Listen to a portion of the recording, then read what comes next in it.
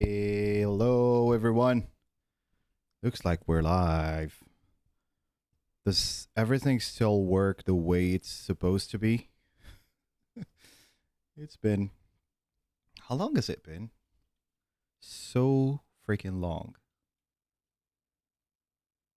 It says 1 month ago. It's not really 1 month ago. It's more than that. It was. Last one was the chat with Josh, if you guys remember. June 20th. Yeah, more than a month. Hey, Reminels. Hey, Josh. Hey, Yusia of the End. Easy Mid. Roland. Not echoing, double voice Roland. Okay. Let me make sure if it's. I don't think it should be echoing. I think maybe during the transition it might have happened. Is it working fine now? XCOM. Why am I not getting all the comments, by the way? All the chat. I'm not. Oh, I'm reading another chat. I'm reading the chat from the previous stream. Okay. Are we good now? Not echoing. Okay. Now I'll finally see you guys. What's up, everyone? What did I miss? How are we doing? How are the holidays? Is everyone on holiday? Does anyone have any good plans? Is anyone traveling anywhere? Tell me everything, guys. What's going on? How is life?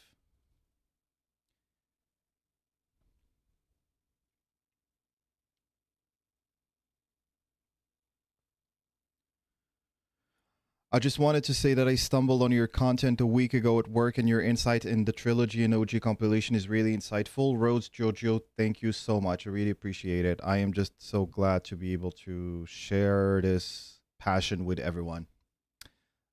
Just nobody talking about my favorite game, and the fact it resonates with a lot of people is just like there's nothing better than that. I really appreciate it. Just had 4 weeks off. Wow. Okay. I wish I could get 4 weeks off.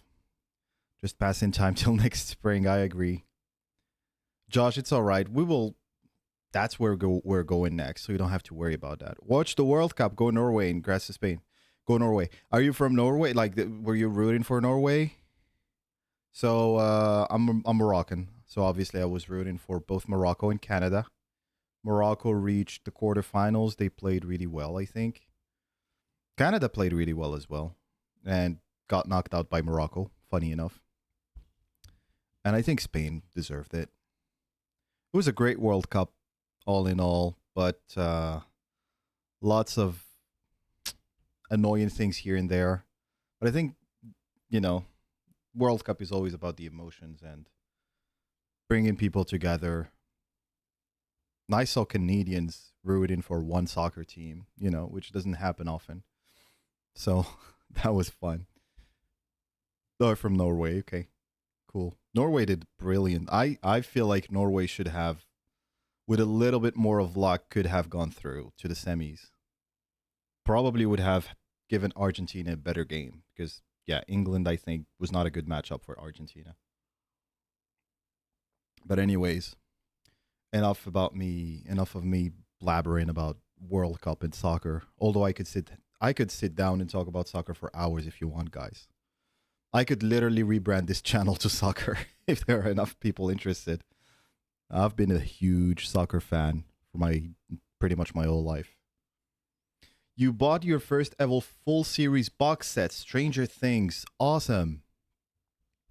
Is it one of those things that are like being taken off from, offline, online, or did you do it just because you like it? Because I heard about people now, obviously with Sony and everything, starting to buy many more physical copies of stuff that they like.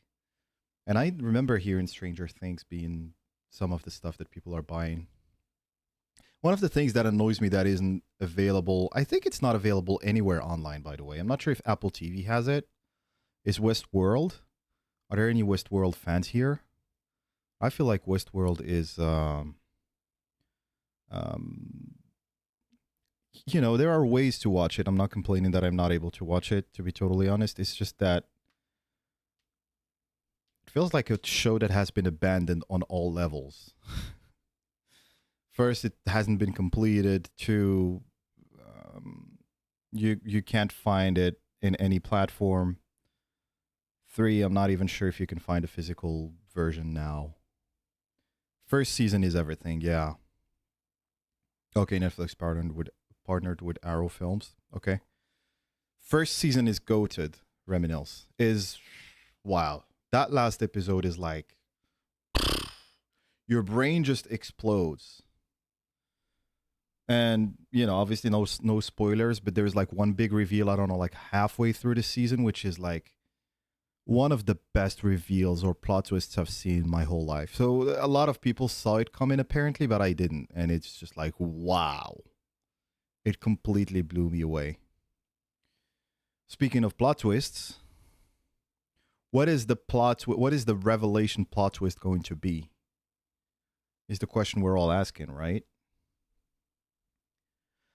So I've been away for 4 to 5 weeks. First of all, thank you to everyone who has liked and commented and watched my latest video. So it's I actually rebranded it a bit. I changed the thumbnail and the title just because I felt that the previous one was done a bit hastily, to be totally honest. I just wanted to get it out. And then when I sat down and thought about it, I realized, this could use a little bit more work. And that's what I ended up doing. Why am I showing my face? It's not what I wanted to do. So as you will notice, I thought about it more as something that would be a bit more generic or general. I don't know. It's somewhere between the two. And I felt that it's not really a theory video, so I wanted to not position it that way and just really, rebrand it differently. So thank you to everyone who has commented, who has watched. I know that a lot of people might have already been familiar with a lot of the things that were there because we were already talking about that on stream and during our analysis. I feel like this is... So I've made a lot of videos, obviously. There are 3 that I feel like I worked a lot on, which are obviously these 3. Not sure why it doesn't have subtitles, but anyways. And I feel like this is the one video where I was able to really communicate what I wanted to communicate about the trilogy, if you see what I mean. So the first one was almost a year ago, by the way. It was just something, I was doing it just for fun to see if I can relate my ideas or communicate them. The second one was really tackling a specific topic, which is Sephiroth's redemption. And the third one is where I sat down and I realized, you know what? I want to make the video that I would want to watch if I was to talk to myself about what I think the trilogy is supposed to convey, particularly for Cloud. And so, funny enough, more talking about Cloud today. And I have a very interesting angle that I want to show you guys, that I want to talk to you about. If you haven't watched the video, obviously check it out. This is the first thing. The second thing, I'm not sure if you have caught the stream with Schrodinger's baby seal. So he had me on stream, was it a week and a half ago. So thank you so much, first of all, to Schrodinger's baby seal. He has been absolutely amazing to me personally since I started doing this kind of content. There were a lot of Twitter battles where he jumped in to kind of both give me perspective on what the fandom is like and how things are, while at the same time sort of almost advocating for me on a personal level. So I can't really thank him enough for that. And obviously just giving me the chance to talk to him about this. I think it was a great chat. We ended up agreeing on a lot because I don't feel like Schrodinger's baby seal and I dramatically disagree on what the story is or where it's going, right? So it's fine. So if you haven't checked that out, go and check it out. It's on his channel, on one of his latest live streams. let me catch up on chat. I guess I'll throw some FF7 your way. Given everything you have seen and learned, what is your stance on worlds? Are they real or are they just dreams? Such a loaded question, man. So like the reason I'm like blanking for a while is that my intuition is to say no, they're not real. But here's the problem. So if we presume that none of the worlds we have seen are real, the question is, what makes us believe that the Beagle world is real itself? So if you say Terrier is not real, Chihuahua is not real, Pug is not real, Corgi is also not real, what makes us confident in how real the Beagle world is, other than the fact that it's the one where we're spending the majority of the game? So we're almost just relying on the fact that we're trusting the game to not do a rug pull and tell us, well, this world also is not real. That is essentially the only argument for it being real. The other major argument, which I have, like, this is the only big reason why I would think that the Beagle world is real, is the live stream and the fact that you still have an actual functioning live stream and Mako and whatever in the Beagle world. Live stream is also an abstract concept. It doesn't mean that a pool of Mako is not the live stream. Like, you can access the live stream by going there, but you're not looking at the live stream as a pool of Mako, right? So there is the substance, and then there is the spiritual realm, if we're going to call it that way. And there is a very clear distinction in the Pug world regarding the fact that there is no Mako left, right? Now, you could also think about it, if this is one of the worlds, it just shows us what the world would look like once the Mako has been drained out of the planet. So it doesn't mean that the Beagle world is real because it has Mako still left, because once it doesn't have Mako left, maybe sometime in the far future, it would become just like the Pug world. So I guess this is a very long way of saying it's very difficult to say whether all of them are real or all of them are just dreams. My personal, so because you asked me what my personal stance is, so I believe that there are three layers of reality. Okay, I believe that there is the physical world, which I don't think we have seen yet.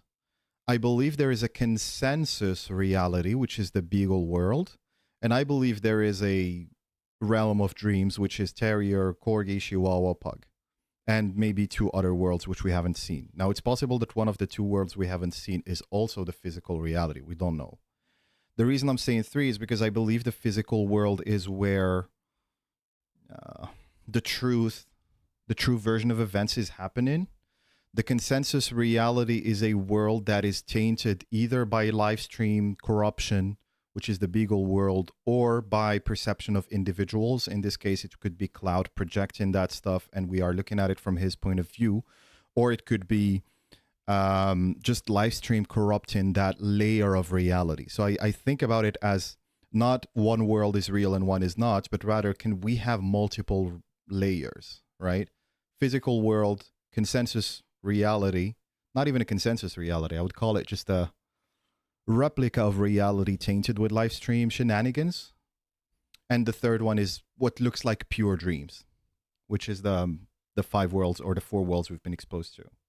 Fungi, what's up, my friend?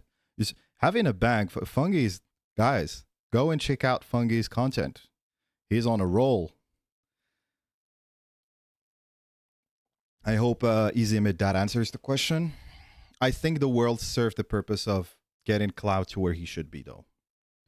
I'm not saying it's all in his head, but the more I look into it, the more I feel it's kind of serving the purpose of helping him.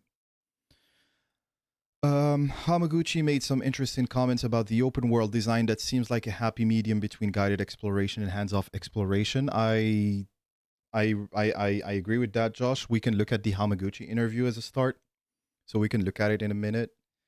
I like the way initially I was kind of taken aback. I was like, well, he's not really confirming that there's any change. But then when I looked at the specific jumping from the high wind and losing your markers quote, that's where I think it seems like they are taking off some of those markers. VTuber Kiara's FF7 remake streams. No, I'm not familiar with them. Wow, consistent 37K concurrent viewers for FF7. But I imagine they must be, you know, big content creator to begin with, no? Is this the one? Okay. Well, I might check it out later. Thanks for letting me know. E33, I haven't played E3. I mean, I played it, but I haven't finished it, so no spoilers, please, guys. But I know that there are multiple endings, and I know that people are kind of stuck on what is the one ending, I guess. But yeah. I want to hear your thoughts about Zack as a symbol. You're in the right place. Seeing that he is alive, do you think the message he represents in FF7 would change in Part 3, essentially redefining what soldiers' honor mean? I feel like Zack's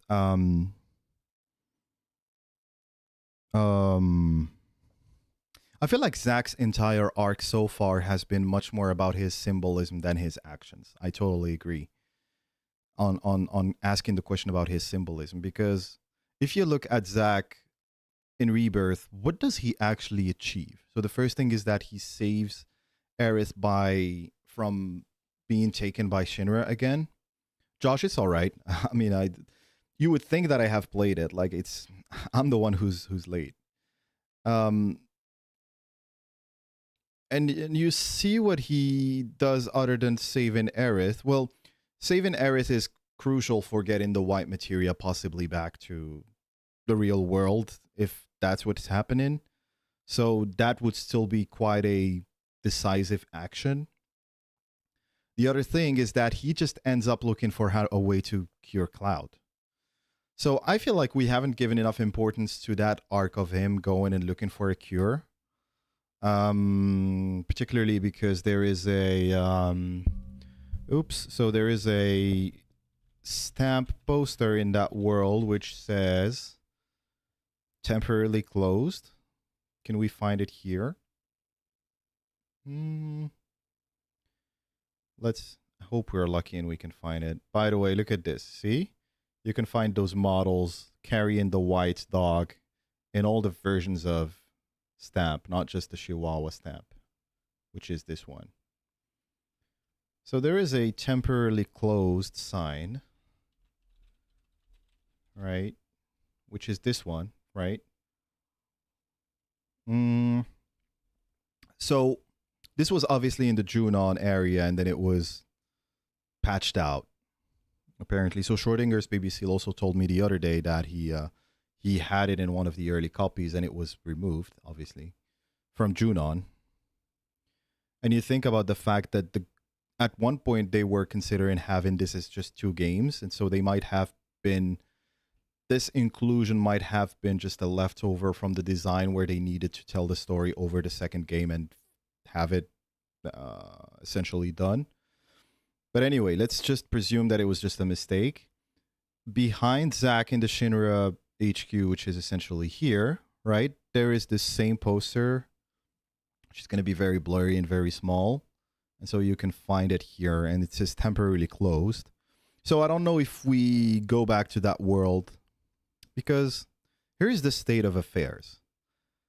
At the end of the prologue, there is something which I feel like people haven't paid attention to. So you look at what's happened here. There are 2 things.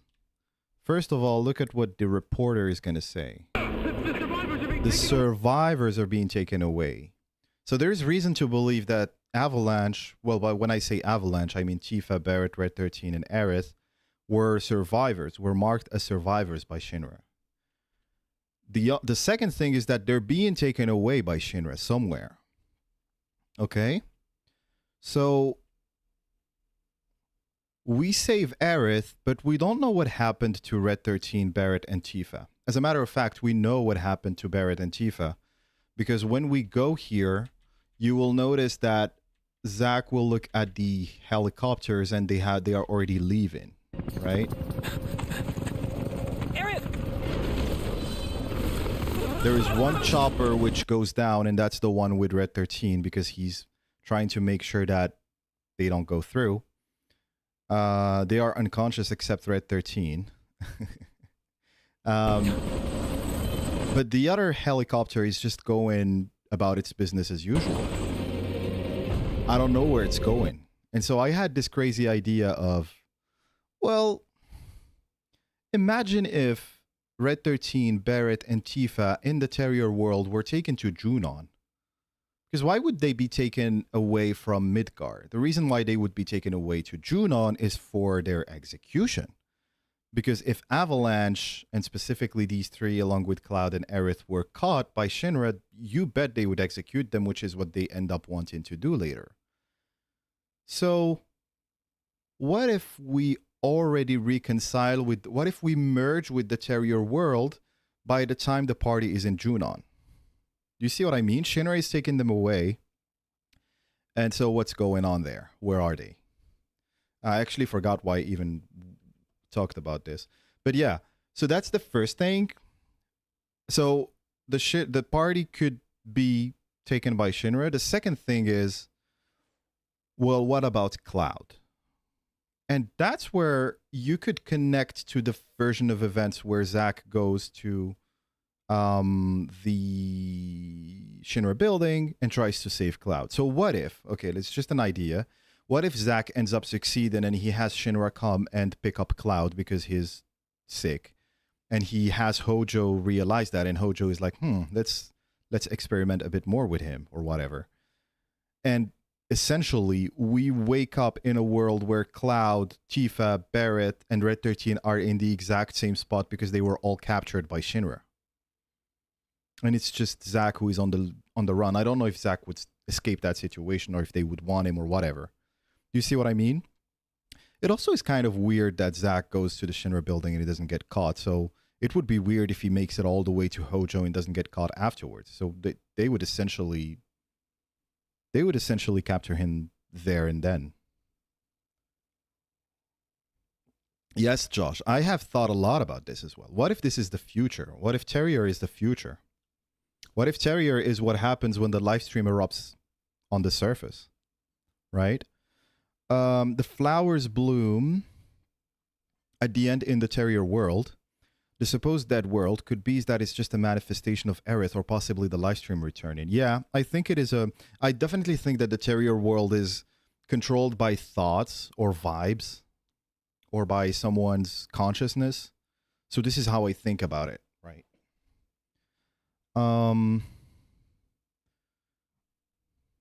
Yeah, Fungi. Hey man, just finished Rebirth 2 days ago. After that ended, I'm filling my void with great like-minded people who do not bash the game into the ground. I'm glad to hear that, my friend. There are a few of us. There are also a few who don't like the games, which is fine. There are ways to go about it, but what can you do? Husho, I don't think... That is an interesting point about Zack being replacing Genesis as the planet's protector. That is a very good way to look at it. I don't know if they would go that far, but it's not entirely crazy as an idea, right? Just symbolically, once again. Yeah. Fungi, can you elaborate a bit more? A mixed on Zack.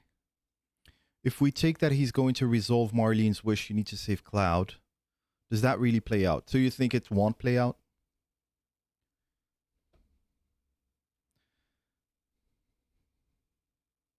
Husho, in terms of the bombs on the highway, yeah. So they were saved by the Whispers, but I don't know whether that's where the diversion where they deviate, right? I feel like they deviate when they enter the portal. I feel like that would make a bit more sense, but I don't know. Yeah. Zack's role is weird. He was supposed to be fundamentally important, yet even Johnny or Kiria got more screen time. Zack is not taken seriously by Sephiroth, and even Aerith focuses solely on Cloud. You know what? And Zack feels like a paradox, yeah. I feel like this really is intentional because they have been repeating Zack is a good example of how the world works or how the worlds work. And you look at what Zack has achieved, and it's just the fact that whenever he makes a decision, it branches out into one different world. So I don't know what you could make of that. Like, yeah, duh. when you make a decision, a new world is born. So what? But the more I think about it, the more it makes sense for me that Zack is supposed to be the internal Zack inside of Cloud, stuck in the live stream and stuck inside of him and trying to find his way. And by trying to find his way, he also ends up helping Cloud because Cloud needs help, as Marlene said. And so that's essentially the way it plays out. Yeah, I don't know. It's very abstract with Zack. There's no past, present, or future between worlds. They are each on their own time. Doesn't matter. Yeah, I know, Roland, you're of that opinion. Yeah, I don't think it's running in parallel. I agree. I ask the Zack simple question mainly because personally I think by the end of part 3, I think Cloud would be shy off Soldier's honor and create his own answer to Sephiroth's answer to the Edge of Creation.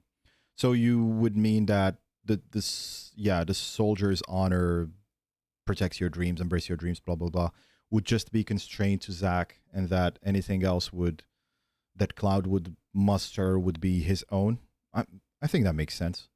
I think the point of the final battle in the OG is to show you that Cloud doesn't need anyone. You know? The whole point of this battle here with Sephiroth is to show you that Cloud he has achieved his journey. He has grown, he has realized, he has retrieved himself. He doesn't even need the player. It shows you that he doesn't even need you to play as him. He doesn't give you a choice. I'm just gonna omnislash this bitch. Like, he tells you that straight up. I feel like that was a very nice gameplay integration of, I don't know, does this version not have the yeah, whatever. But you can't do anything other than omnislash, right? And you can't lose the battle. So it's like Cloud has taken the driver's seat and he doesn't need anyone. And it could also mean that the biggest challenge was always in his own head. Roland, I'm of the opinion that Sephiroth is only able to do what he does because he lives through Cloud. This is why the Edge of Creation, I still think about it as an intimate place. You know, and it doesn't have to be one of two things. It could be both. It could be at the same time the manifestation of Sephiroth within Cloud, which is only a projection in the live stream. Like, it's only available within the live stream. That's also possible. But at the very least, I feel like that Sephiroth represents a Sephiroth whose existence is intimately tied to Cloud's belief in him, right? I think Marlene's warning about when Aerith wakes up, she's going to die is very ominous. And what does that mean? It should be simple, right? But the question becomes, awake where? In terms of Marlene telling Zack that Cloud tries to save her, but it's too late, essentially tells us that Zack needs to do something to help Cloud get there in time. But then how? And Fungi, yeah, it seems that death has already happened. And looking at the version of events that the party experiences, it doesn't seem that he gets there in time. And in the OG, Cloud already gets there in time. He's just powerless. So in the OG, it's not the fact that Cloud didn't get to Aerith in time. He was there ahead of time. He almost killed her himself. It's just that he blanked essentially at the moment Sephiroth appeared. And I think the remake trilogy and Rebirth are showing you what was happening in his mind when he blanked. This is how I interpreted it the first time that I rewatched after finishing Rebirth. When I rewatched the videos, this is how I interpreted it. But so I don't know. Could Marlene be talking about, so if the Terrier world is set at the time where the planet is one and the light, because there is a one, remember, once again, there is this singular point here in the OG where, is it possible that the Terrier world is, and all the other worlds are taking place here, other than the Beagle world? So the Beagle world could be the main continuity, but if you look at the Terrier world, is it possible that the Terrier world is one of these branches? And so because the live stream is covering the surface, someone like Zack, who's not supposed to meet Marlene, actually shows up and meets her because it's just his memory erupting with the live stream erupting, because the live stream literally erupts to the surface. So even reality on the surface is not defined anymore. So is it possible that all of these worlds are happening here? And so the reality where Cloud is saving Aerith is actually the last point in time before, because Sephiroth would still be hunting her here at this point in time. So is it possible that the Aerith who Cloud saved is actually an Aerith that is located at this point in time? And because of Cloud's condition, his mind is traveling back and forth between present and future. Do you see what I mean? I'm just going off assumptions. So this is a very loose kind of idea. The worlds are an allegory of his... Thank you so much, Roland. That is a great way of summarizing what I was trying to say. Yeah. It's essentially... We keep hearing about Aerith summoning the live stream to save the planet, but what the hell does that mean, right? So is it possible that what that means, or what that looks like, is Aerith relying on Zack, relying on Marlene, relying on all these characters when the live stream is on the surface to be able to save the planet? Now, again, what's the logical follow-up to it in Revelation, we will obviously see, but it would mean that we see even more decisions being made by Zack and everyone who's with him, right? Think like okay, Fungi, what were you saying? Cloud has S cells. Yeah, Zack just didn't react to, or didn't absorb S cells as much as Cloud did. Even Cloud was deemed a failure, by the way, by Hojo. And Fungi, what's your take on this? Why do you think Cloud was marked as a... Was it because he was too weak? Or because of his behavior in Crisis Core? Is that why you think Hojo said that Cloud is just too, like, a failure? Because when you look at him in Remake and OG, like... If this is a failure, I want to see what a success looks like. But he's only able to be like that once he creates this new persona, right? When he meets Tifa. So isn't Aerith and Cloud still asleep in Terrier World? See, I agree. The problem is that where is the Terrier? So like, what is the Chihuahua world? Because the Chihuahua world really has this implication. It implies that Cloud and Aerith already woke up in the same room. Because it is just far too many coincidences that Aerith and Cloud wake up in the exact same room in the Chihuahua world where they were supposed to be, with Aerith having the white materia. All of this happening while at the same time telling us, no, the Chihuahua world did not really branch out from Terrier. Then how the hell does that happen? Then where did the Chihuahua world branch out from? And why does it look like it is exactly at the same level as the Terrier world before they branch out? So this is why, for me, the Chihuahua world really branched out from the Terrier world. Yeah, she says it's her dream. I agree. And I think it might be possible. So, you know, and when she says it's her dream, do you guys feel as well that she's kind of trying to protect Cloud's perception from, like, mind from not breaking down, from telling him this is not real, or like, or these are your dreams, or you are messed up? Did you not get the feeling that she's trying to be careful with him by saying it's my dream, almost? This is what I get. Talking about the worlds makes my head spin. Yeah, like, look at how much stuff we have been able to talk about without even getting into it. If Aerith changes Zack's fate outside Midgar, knowing he will meet Marlene and then be able to prevent her death. Exactly, Fungi. That's why I discussed not accepting his scientific conclusions in... Okay, you're talking about Hojo. Yeah. Yeah, I know that Hojo is kind of... He's just a dumbass. No memories can be created either because the world is dead or because fate is already written. I also want to know why are there no whispers in any of these dreams? Like, when you defy fate in a world like Beagle, here is the weird thing, guys. So before Zack survived, he was already in Terrier. Do you see what I mean? Before Zack survived, where was he? Was he in Terrier or Beagle? Reminals, I am 100% for that. I think they will interact. Because, listen, I think it could be also just very symbolic, very vague, as in you can hear like the Edge of Creation stuff where they, you know, where they both say at the same time, embrace your dreams, and they do the soldier pose or whatever. And they obviously link up in the Edge of Creation. So it could be something very much, you know, abstract like that. But I totally agree that they should have a talk. If it's a if they have time to sit down and talk within the live stream, whatever it's going to be, I would be even more for that. Yes, Roland, but which world was Zack in? Like, the worlds were created at the end of Remake. So when we were watching Zack, like the Zack memory that Sephiroth or the Whispers show us at the Expressway, is that just the memory from the past? Is it just the memory from the Beagle continuity? Is it the same thing?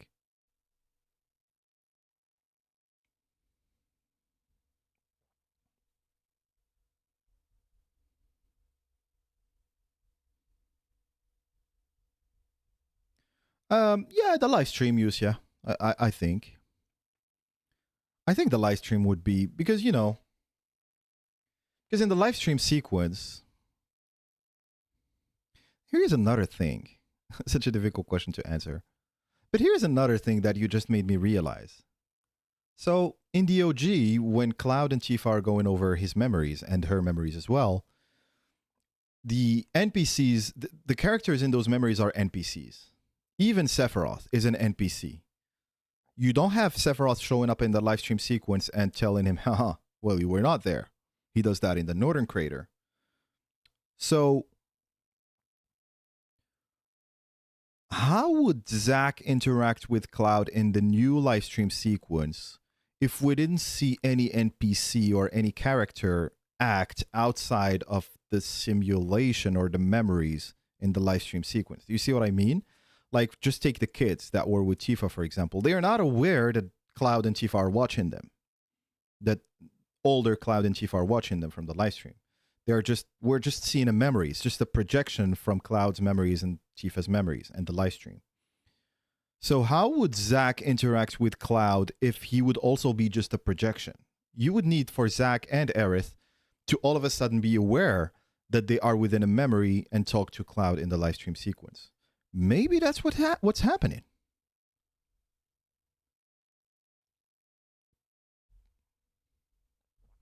Not sure, but the reason there is no whisper in Rebirth is the same reason the white materia became empty.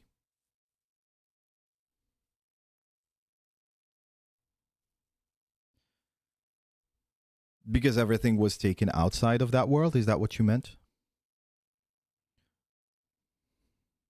Yes. Josh, I agree. I also think that we will see multiple... How do you guys imagine seeing multiple clouds coming together? Because we see that in the live stream sequence, right? I speak about it in the video, actually. Let's look at this guy.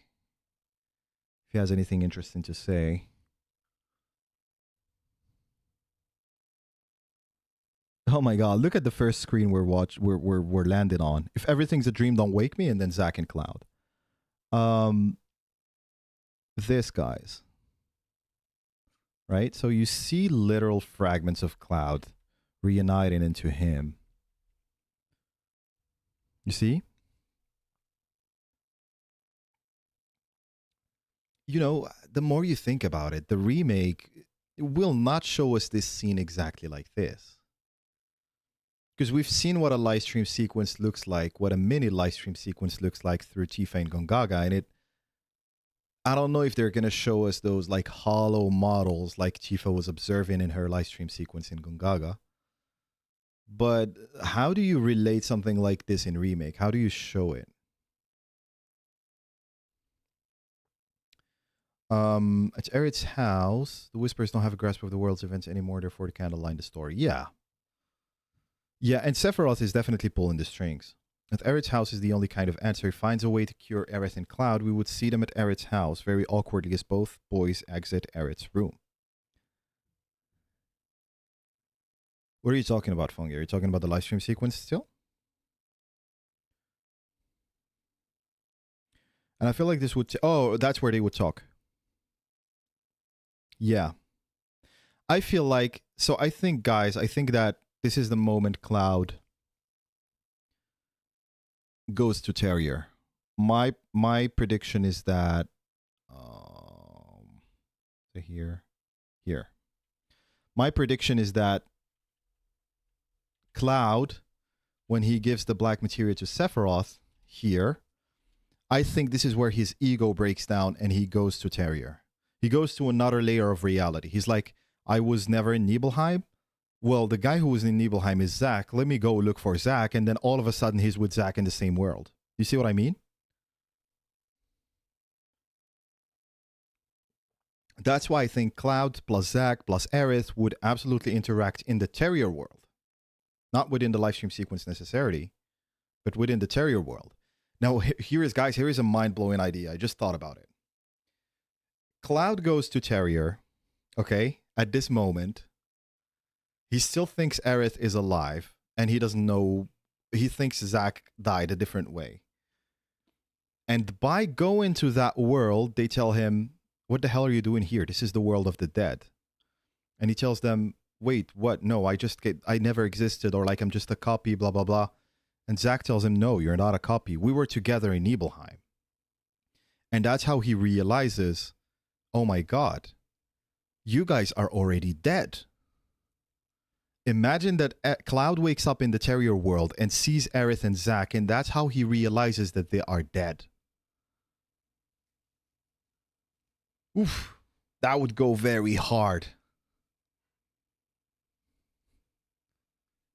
Yeah, they won't show us Cloud coming together like that. Because you know, these different Clouds, like, because remember, something similar already happens, guys. Something similar already happens. Can we see? Can I find it here? Do I talk about the self?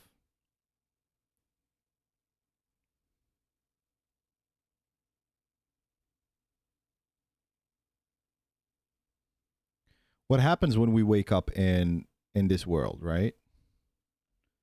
Who am I? I love this song. Okay. If you look at this, the process of Cloud's consciousness going into his body is already something we see here. Can you guys see it here?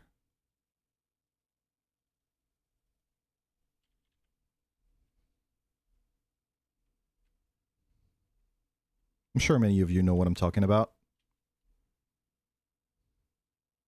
So a Cloud wakes up, and we are the consciousness of Cloud.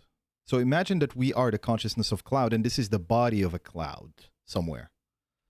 We enter him. So the consciousness of Beagle Cloud enters the body of Chihuahua Cloud. Do you see what I mean? The material was in Terrier and is retrieved in Chihuahua. So the only way I'm able to make sense of this is that Chihuahua is just the follow-up to Terrier if Cloud joined this world. And I think the reason Zack we don't see him at all in this world is because Cloud is in it. So it's almost as though they can't be in the same world together. But I believe that when Sephiroth breaks him at the Northern Crater, there is when Cloud realizes he is not Zack. And that is when he can go and meet him in the same world, which would be Terrier. Plus he splits at the edge of creation until Sephiroth touches him. Absolutely. And the game calls it, like, describes it that way. And not only that, but I feel like this chapter, we have a lot of stuff to say about this chapter once again. Because remember, look at the transitions that happen here, guys. Talking about dog breeds. This is what we do in the edge of speculation. This is what we do, guys. It's just talking about silly dog breeds all the time. So, look at Jenova, and I'm sure we've spoken about this on stream previously. So, look at this. Jenova is beaten, and then there is green stuff coming out of it. You see? Green and white stuff. That is like, that's holy. Okay? And then the White Whispers show up because they were absorbed by Jenova. Now, were they absorbed by the Jenova that is it because the white materia was absorbed by Jenova in the capital? I don't know. But they were absorbed by it. And so now they are, it's almost like the party was not where they were supposed to be. And so the Whispers realized that finally the Whispers are freed.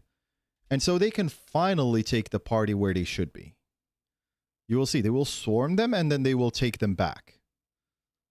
It's almost like Jenova is taking them layers down into the illusion and the Whispers are trying to bring them back up. But there is something.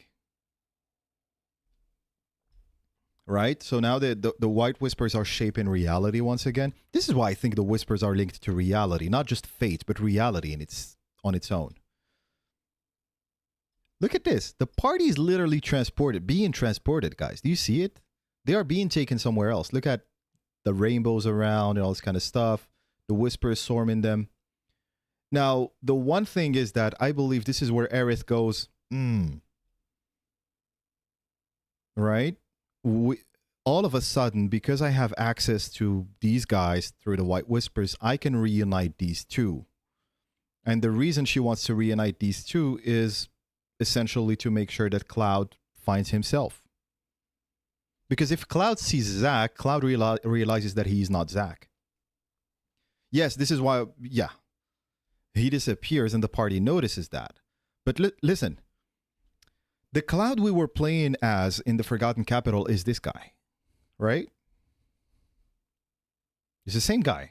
He's doing the same pose. We were playing as him here, right?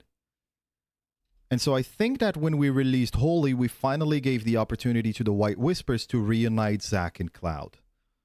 And how does Cloud get to the edge of creation, guys? As soon as Zack touches him. Exactly. Save her.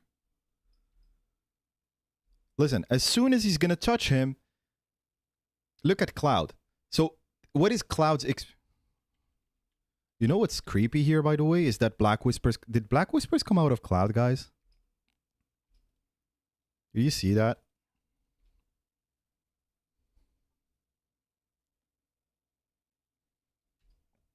Bruh. Black Whispers are coming out of Cloud. And Zack is taken aback by that. You see it? I can even rewind.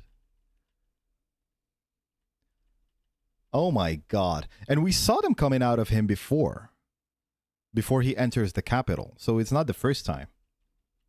You see? So this is why the purpose of this for me, yeah, not the first time, Roland, totally. This is why the purpose of this for me is to save Cloud. This is why. But you can't save him because this part of him, because he still has Black Whispers inside of him. So it's almost as though Zack has been taken to the singularity of why Cloud is messed up. He has been taken to the place which symbolizes why Cloud is the way he is. And I think that this might have been Aerith's attempt by sending Zack there so that he helps Cloud, so they defeat Sephiroth once and for all, and so Cloud can find himself again. Exactly, he is grounding him. And doesn't this, guys, work as a great analogy for the Zack persona inside of Cloud is helping him? I feel like it works on a symbolic level. Until the gift he got. Yeah, the gift he got, yeah. The blessing. R3, L3.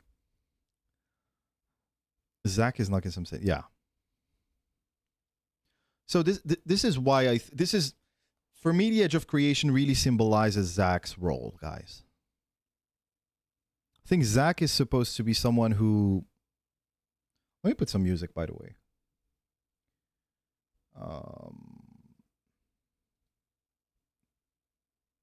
I think Zack is supposed to be someone who... who carries on and you know, and helps everyone. And so that's why Aerith is not using him. I don't want to use that word. But that's why Aerith is kind of utilizing his attributes to be able to save the planet, right? I just realized the same music is going to keep repeating, but anyways. Question. Could Tifa be the third FF7 representative in Smash, although she has appeared... Oh, I think you already asked me this question. Enrique Lopez. I'm sorry, I'm not a big... I don't play Switch, I don't play Smash, I don't play Mario, so I can't tell you the intricacies of that. They did say she remains one of the most popular characters and that she's highly in demand. I did see Final Fantasy Files saying recently that they don't see that happening, so I would resort to them, but yeah. I'm not the right person to ask. Just seeing all the purple going to be great for my next video. I actually love this scene, dude. I realized those whispers come out of him. Fungi, there is so much that we can easily miss here. Like... So Cloud... So what is Cloud's experience here? He was with the party, and now he is here.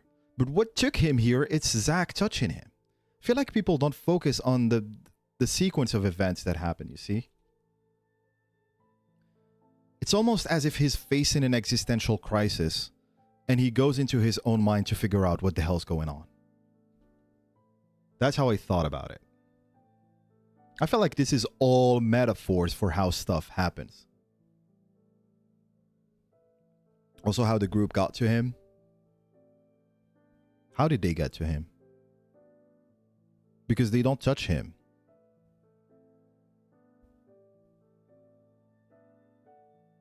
Don't you think Cloud has to do some heavy lifting as well? Tifa, Zack, and Aerith, by extension Sephiroth, makes up Cloud through memories, but never do we get to see Cloud reflect on them. Well, if you're looking at the remake trilogy, certainly. I think this just makes sense because we are looking at a story that is for sure not finished. And the arc, so the tension around Cloud has been dialed to 500 in remake, considerably more than in the OG. Which is why I think that the payoff, once all of this gets explained, we will see Cloud reflect. You know, his line in the latest trailer is just proof of that. He already says, I wouldn't have made it this far without you guys. I won't let you down, I promise. Fungi will not like what I'm going to say. Gets revealed, yeah. Exactly. Fungi will not like what I say. But Final Fantasy VII already has a brilliant story of redemption. It is Cloud's redemption. Why does Cloud get redeemed? Of course he does get redeemed. Because Cloud is literally the person responsible for Meteor being summoned. I know it's driven by Jenova. I know it's Sephiroth in the middle. I know all of that is happening. I'm not saying that it's his intention. I'm not saying that he is the one responsible. The only person responsible of that. I'm saying that he is the trigger.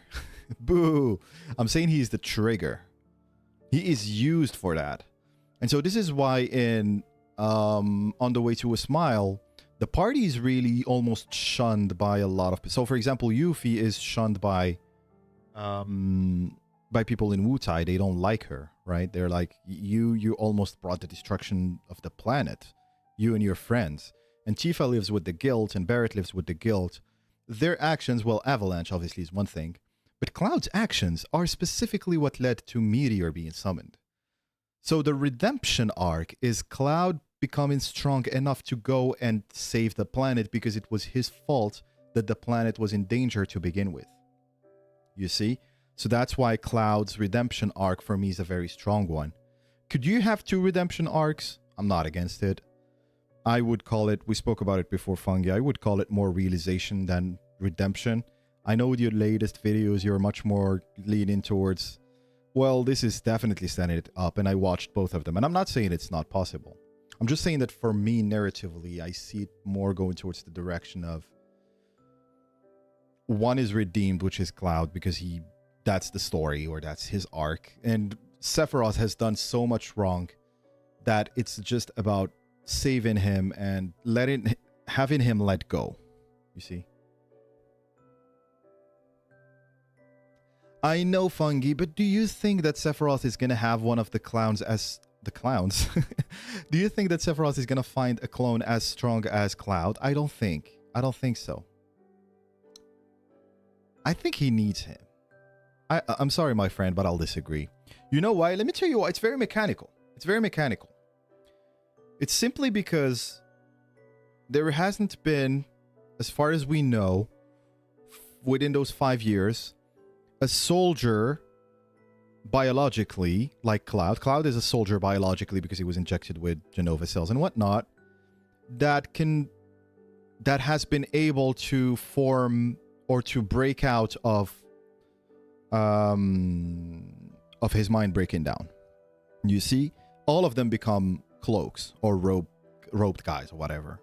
Cloud is literally... So think about it this way. Sephiroth, for 5 years, maybe has been looking for the one person to have them go and get the black materia. Yeah, but Vice never ends up going and getting the black materia. Cloud is in a unique position because he knows the one last remaining Cetra who is the key to the Temple of the Ancients, right? And 2, because he was able to retrieve part of himself, not like the other robed guys. You even look at someone like Broden. Or not Broden. Just look at Roach. And you see how he breaks down very easily. Like he goes mad and crazy like right away. See what I mean? Vice never broke down, but would you imagine that Vice would be used by Sephiroth to go and get the black materia, you see? Yeah, Roach. But then, why doesn't... Because Roach is not obsessed with Sephiroth as much as Cloud is. Yes, Sonny. I totally agree. By the way, sorry I missed your previous one.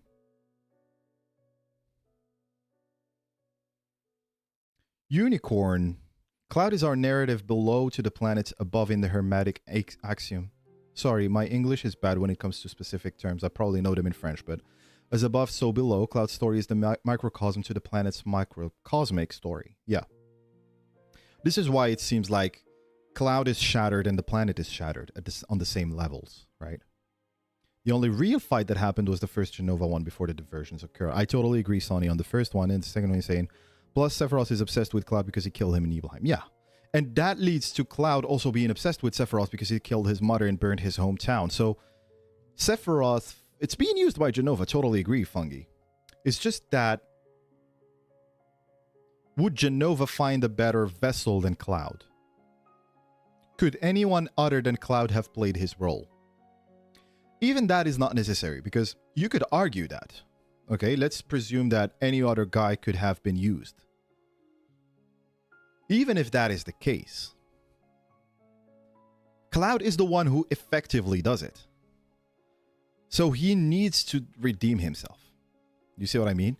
Even if Roach could have done the job, the reality is that it's not Roach who does it, it's Cloud, right?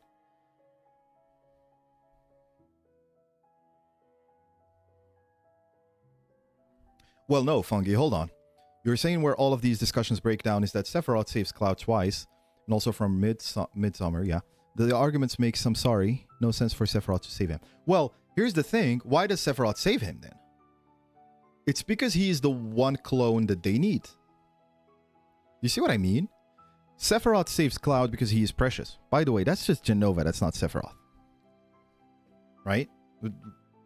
We're kind of in agreement on that. And so, if Sephiroth insists on saving Cloud multiple times, it means that he really needs him.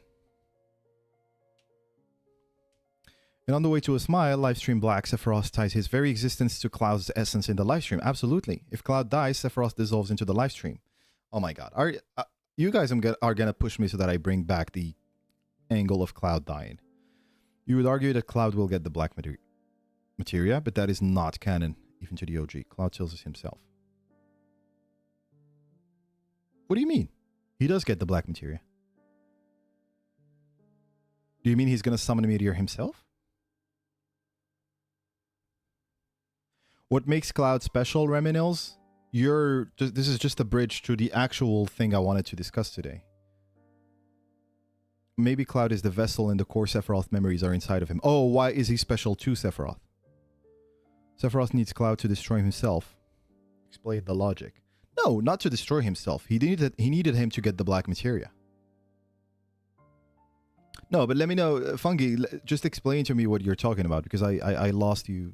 Obviously, know which dialogue. Probably know which dialogue you're talking about. I'm just not sure which one you are referring to. Yeah, Cloud gives the black materia to Sephiroth quite early on.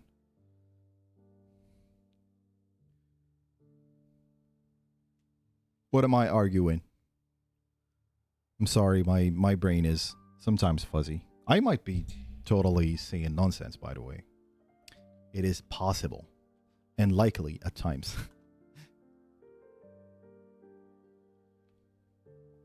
Oh my god, I'm itching to start talking about Cloud because there are specific things I wanted to tell you guys. And I've realized a lot after working on the last video and talking to Seal about it, and yeah. Sephiroth is goading Cloud to get stronger, which Cloud getting stronger inevitably destroys Sephiroth. How does that make sense? Well, he is pushing him to get stronger to get him the black materia. Not to get the black materia, but here's the thing. Sephiroth has reached a level where he has let go of his humanity. He is essentially just a Jenova puppet. This is my perspective. I feel like the current Sephiroth is just a Jenova puppet, right? I know it's his will. Well, his will is still essentially the same things as Jenova, which is to eat the planet and sail the cosmos or whatever. For Sephiroth to get Cloud on board with his plan, he needs to get Cloud in the same level. You're very familiar with the first soldier, so if you remember the conversations that Sephiroth has with himself, where he says, I don't need emotions. Was it something like that? Where he's saying, I just need to focus on combat. I just need to be strong. I don't need emotions. I don't need memories. I don't need people. Those are just my memories. I don't need to focus on them. Ironically, he keeps thinking about those memories. But those memories are hijacked by Jenova and whatnot. So progressively, Sephiroth reaches a level where his humanity is gone. He's just so the worldview of Sephiroth is that you need to be strong. I'm not talking about Sephiroth pre-Nibelheim. I'm talking about this version of Sephiroth. Is that there is no need to have memories. There's no need to cherish anything. The only thing worth cherishing is the planet because it's my mother's blah, blah, blah. And that you need to be strong and not weak to anything. Weakness is important. Sephiroth dismisses weakness. This is why he tells Cloud you need to be strong. Because he wants him to have the same worldview as him so that he can essentially work with him. Sephiroth is trying to recruit Cloud to do the same thing that he wants to do. Because Sephiroth realizes that Cloud is weak. He realizes that Cloud never made it into... Well, I don't know if this version of Sephiroth knows that. But he realizes that Cloud is obsessed with being a strong soldier. Right? Or he's obsessed with protecting people. So that's why he's like, well, don't you want to be strong? Don't you want to do this and that?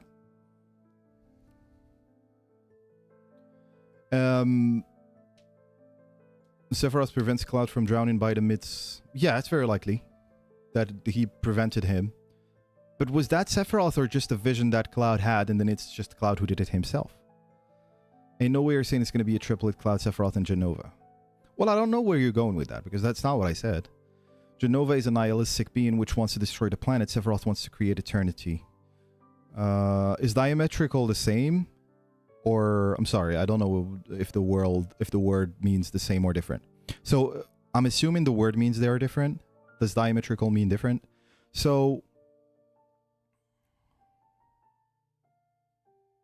Sephiroth wanting to create eternity, how does he want to do that?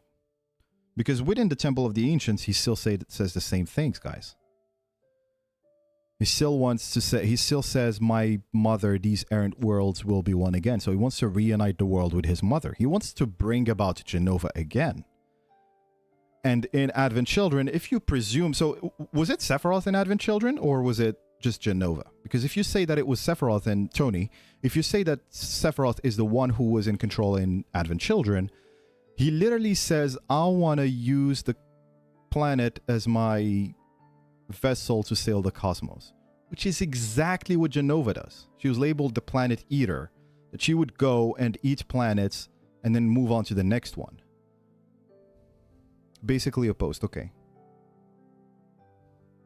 Tony, I understand why you might think that's Sephiroth, and it's a valid point to have. because I think the game wants that tension to be there. The game wants to show you that Sephiroth might be a changed man now. I don't think that's the case, but I think the game wants to show you that. But there are hints which are not weak. Starting with, can I find it quickly? Let me see if I can find that quickly for you guys. Fungi, let me catch up on what you've been saying. That cannot be what you are arguing right now. Guys, did you not see the fight? Well, Fungi, what about you just tell me where you think I'm wrong, and you just expand on it, because I'm not exactly following where you want to go.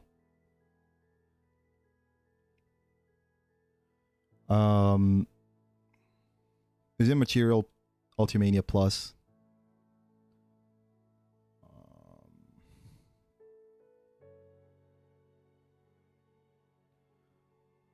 No, it was the Plus.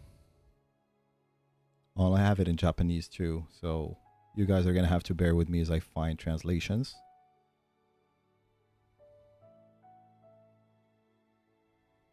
Okay.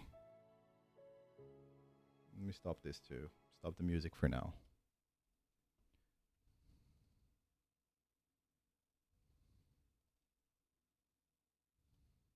Where is the script? Okay, script is here. Script is not very far.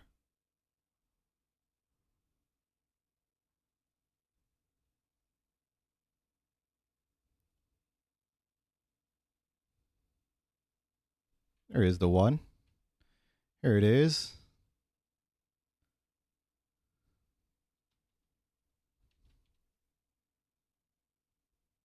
Actually, I just need...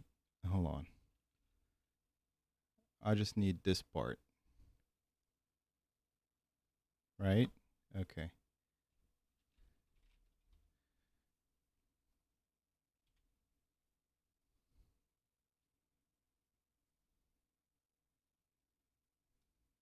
Okay. Oh, come on. I just wanted that part. Oh my gosh. You can see that I'm rusty. Like, I haven't been doing this in a while, right? Okay, freeform. Okay. Come on. Well, you know what? I'm just going to download this thing, because otherwise it's not going to happen.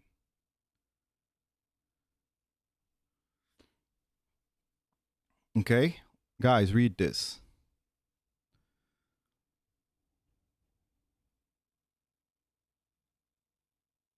Right.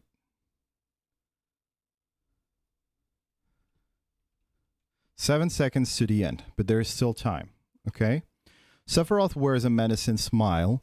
If we're not going to fight together, then the only way to guide them is to manipulate them along the way. The future is up to you, Cloud. When Cloud turns around, Sephiroth is gone and black feathers are fluttering about. What does black feathers fluttering about mean? It means that he has his black wing now, by the way.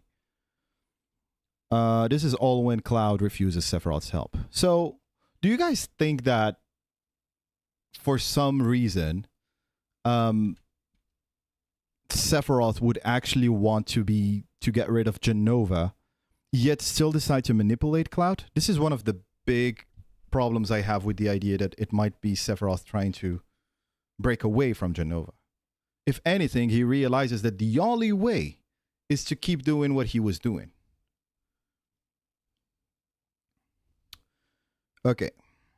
It essentially rests on them explaining a concrete answer. Why does Sephiroth need Cloud to be stronger? Well, I told you, Fungi, is that he wants him to get him the black materia. Sephiroth since remake, when he goes Cloud outside, yeah, you need to be stronger. Yeah. Reveals what even Tifa doesn't understand about Cloud yet.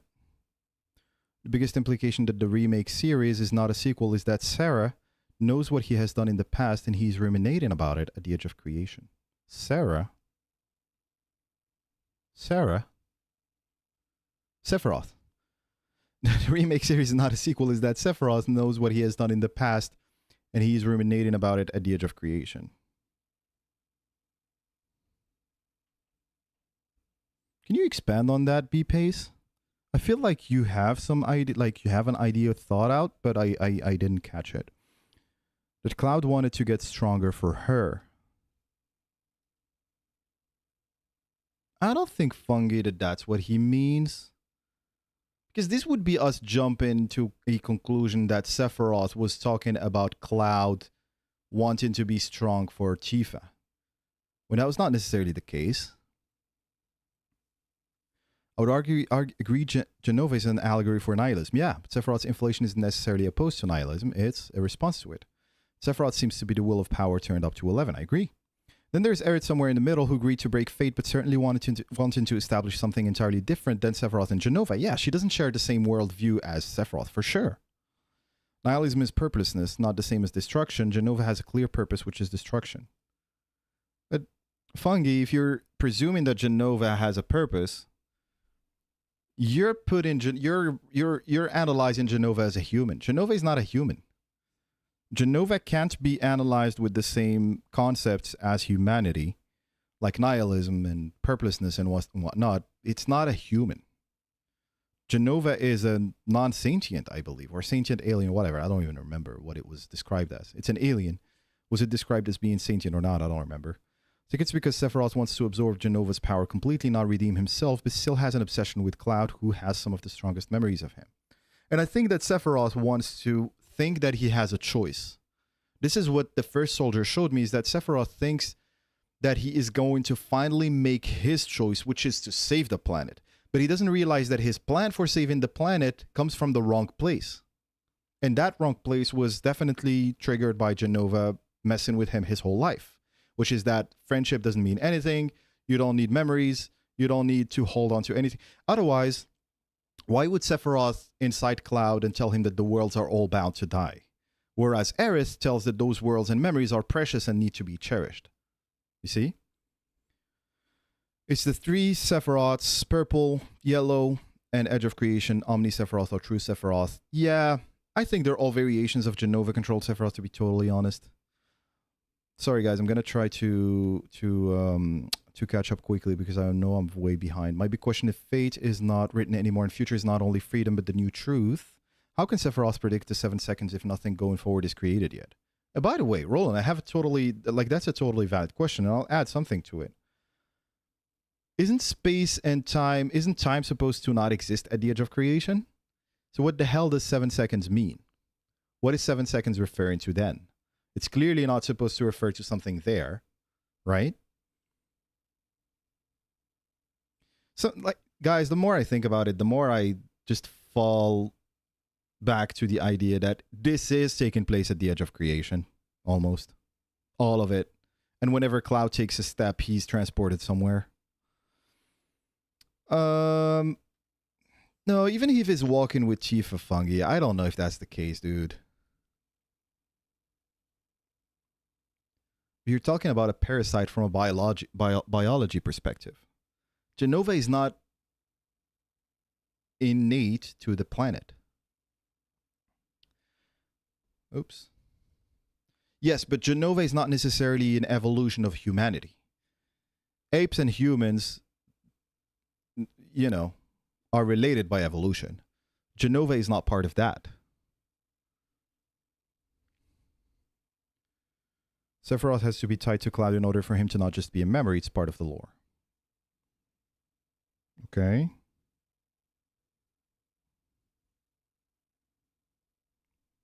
Yeah, but I totally agree with that. I was just trying to see if it relates to your previous point. Okay, Fungi, but then if Sephiroth also wants to absorb the planet, because he clearly wants to absorb the planet in the OG, doesn't he? Right? Unless you're telling me this specific Sephiroth is different from the one in the OG, which then you need to back up with other things.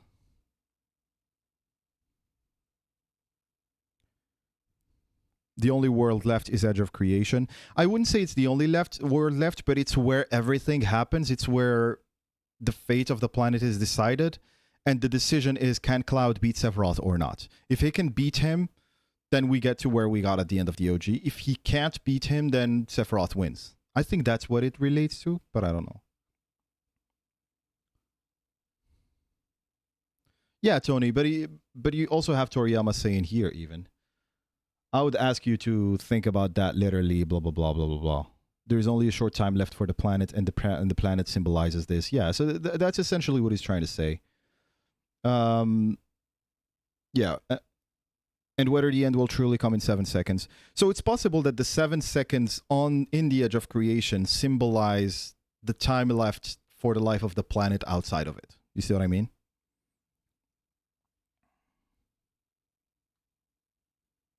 Yeah, the same path that he experienced in the first Soldier. Exactly. Like, how I understand it is that Sephiroth wants to get Cloud to the same place where he is. And he even tells him we don't see the world the same way.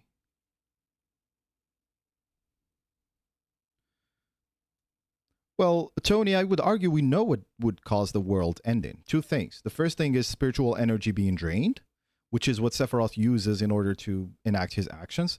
And the other thing is meteor being summoned. So this is why I think... So the question makes sense if you presume that we don't know, we haven't reached meteor being summoned yet. I agree.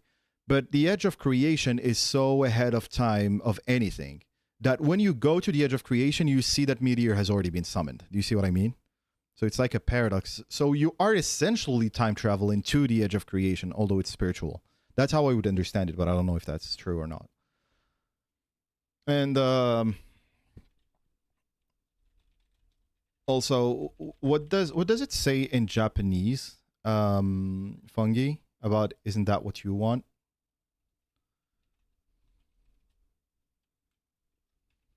Let's see. Oops.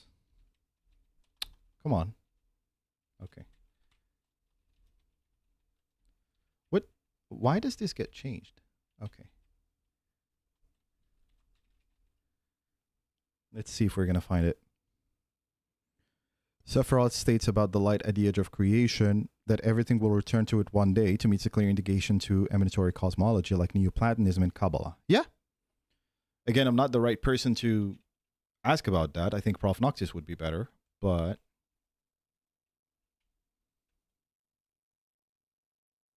So let us translate this. I just want to be extra sure that there is no mistranslation first.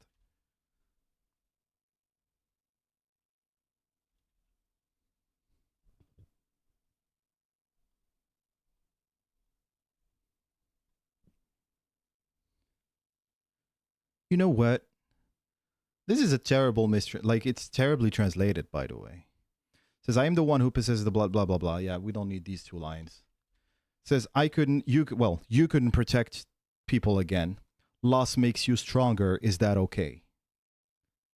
Especially loss makes you stronger. Yeah, Deeple is better. I agree. I agree.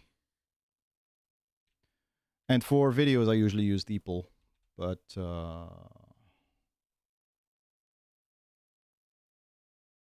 I don't think it's I failed to protect you again, because the translation says you have failed again, I see, because with pronouns in Japanese, I know that it's a bit tricky. So I think it was trying to say you have failed again. And loss makes you stronger is a very interesting one, which I never paid attention to before in Japanese. Is that really okay? All right. Okay, your question to me is Sephiroth wants to absorb the planet because he clearly wants to in the OG, unless I'm telling you specific Sephiroth is different from the one in the OG. Yeah?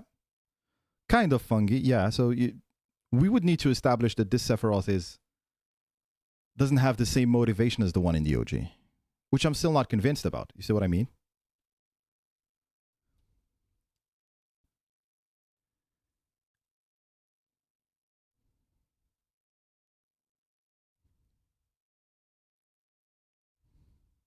Well, Tony, here's the thing. If you, I hear what I finally understand what you mean. If you think that this is taking place after the Urge of Cerberus, yes, we know the planet hasn't died, and maybe there's something else that brings about its death. But if you take yourself and you put yourself back within the OG time span, the planet was about to die. This is what I'm struggling kind of to convey to people, is that if you put yourself in the OG time span, the planet's fate was already to die. So the fate you would be defined is potentially the planet's demise. See what I mean? Unicorn, I'm not able to follow you because I'm not that good on these topics, but it's very interesting. That sort of respiratory emanation to individuation, though you mentioned individuation, which is kind of relates to my last video. Totally agree that we need to apply symbolism layer much more strongly than looking at things literally, right? Ultimanias in English, awesome. I still haven't ordered a Rebirth Material 1, by the way. I read it in Japanese. I mean, I translated it online and read most of it, so I'm not sure if I'm missing out on anything, but no, it's all right, Fungi. It's all right, guys. Well, guys, let's because I don't know how long we can still go. Still about like a good 30, 45, maybe 1 hour. I want to ask you guys, I've come to a realization about something. I don't know if there's anything I want to put in the background. But then I want to ask you guys. And then we define the planet. Yeah. Yeah, exactly. So if you guys can tell me in the chat, because I'm pretty sure that there is a lot. This is going to make the point. Just me asking you this. And if you guys want to play this game, I think it's going to already tell us and make the point for me. What do you think? No. What is the most important thing for you when it comes to Final Fantasy VII? Like, what is the one thing that makes you so fond of FF7? Right? What do you cherish most in Final Fantasy VII? I'm curious to hear. And you guys, I think you guys are going to start seeing that. The point is going to make itself. Okay, Roland live stream sequence. I'm not big in the question in that sense. Despite agreeing with you, Roland, partially, I'll say something else. Relatability. That's a great way to put it. What do you cherish most? Let me take it away. You see? There's not a thing I don't cherish, exactly. Everything, Yusia. Anyone else? Despair.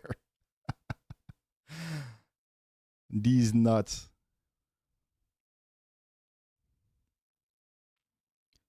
Does anyone have any different answer? I'm trying to see something.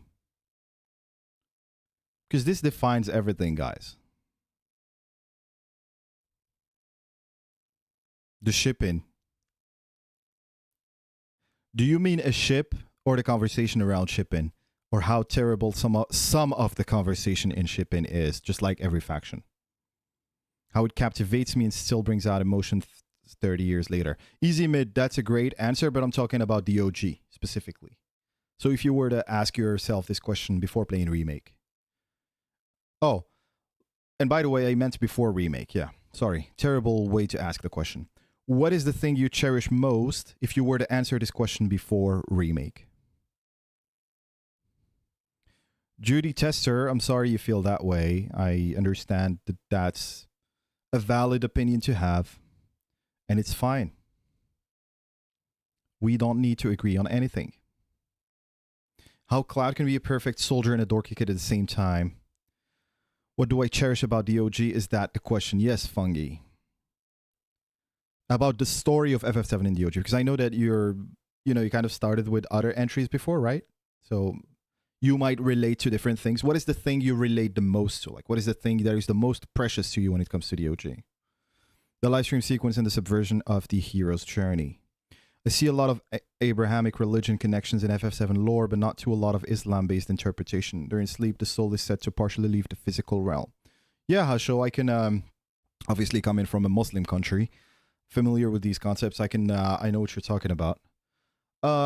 If it's any, I'm not gonna say consolation, but if it makes it better, I think the reactor numbers are in Arabic in Remake. I checked that out the other day, and I think they were in Chinese in the OG. I'm trying to think of other influences. Well, Bahamut and all the kind of stuff. But that's one of the big ones.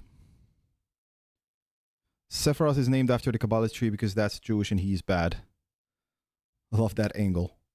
So I cherish the most the soldier program. There you go, Fungi. See? Now you're starting to make the point for me. Everyone can see themselves in Cloud. They want for sure. Search for ego and find a true purpose, friendship, and love. Thank you. So why am I asking this question, guys? All your favorite characters are soldiers. Well, yeah. In a soldier-driven game, that's understandable. The reason I'm asking this question is because I have come to the realization that this is not going to come across as a surprise, probably not.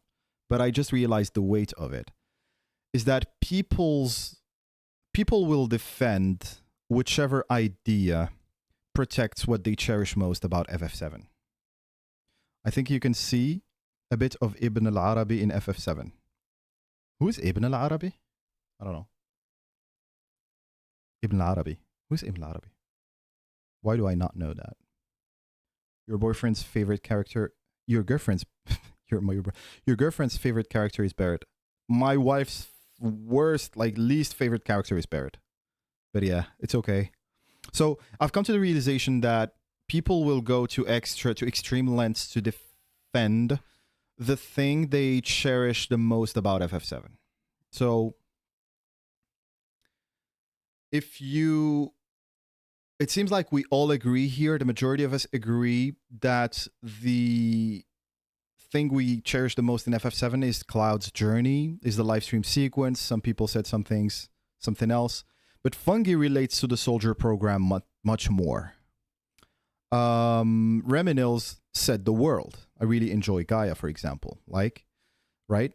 A traditional hero's journey would have been Zack versus Sephiroth, and Aerith likely would have been saved. It is a brilliant subversion in the unlikely hero in Cloud who also aids the problem and solves. Thank you so much, Sonny. That's a great point. JD, stop it. And so...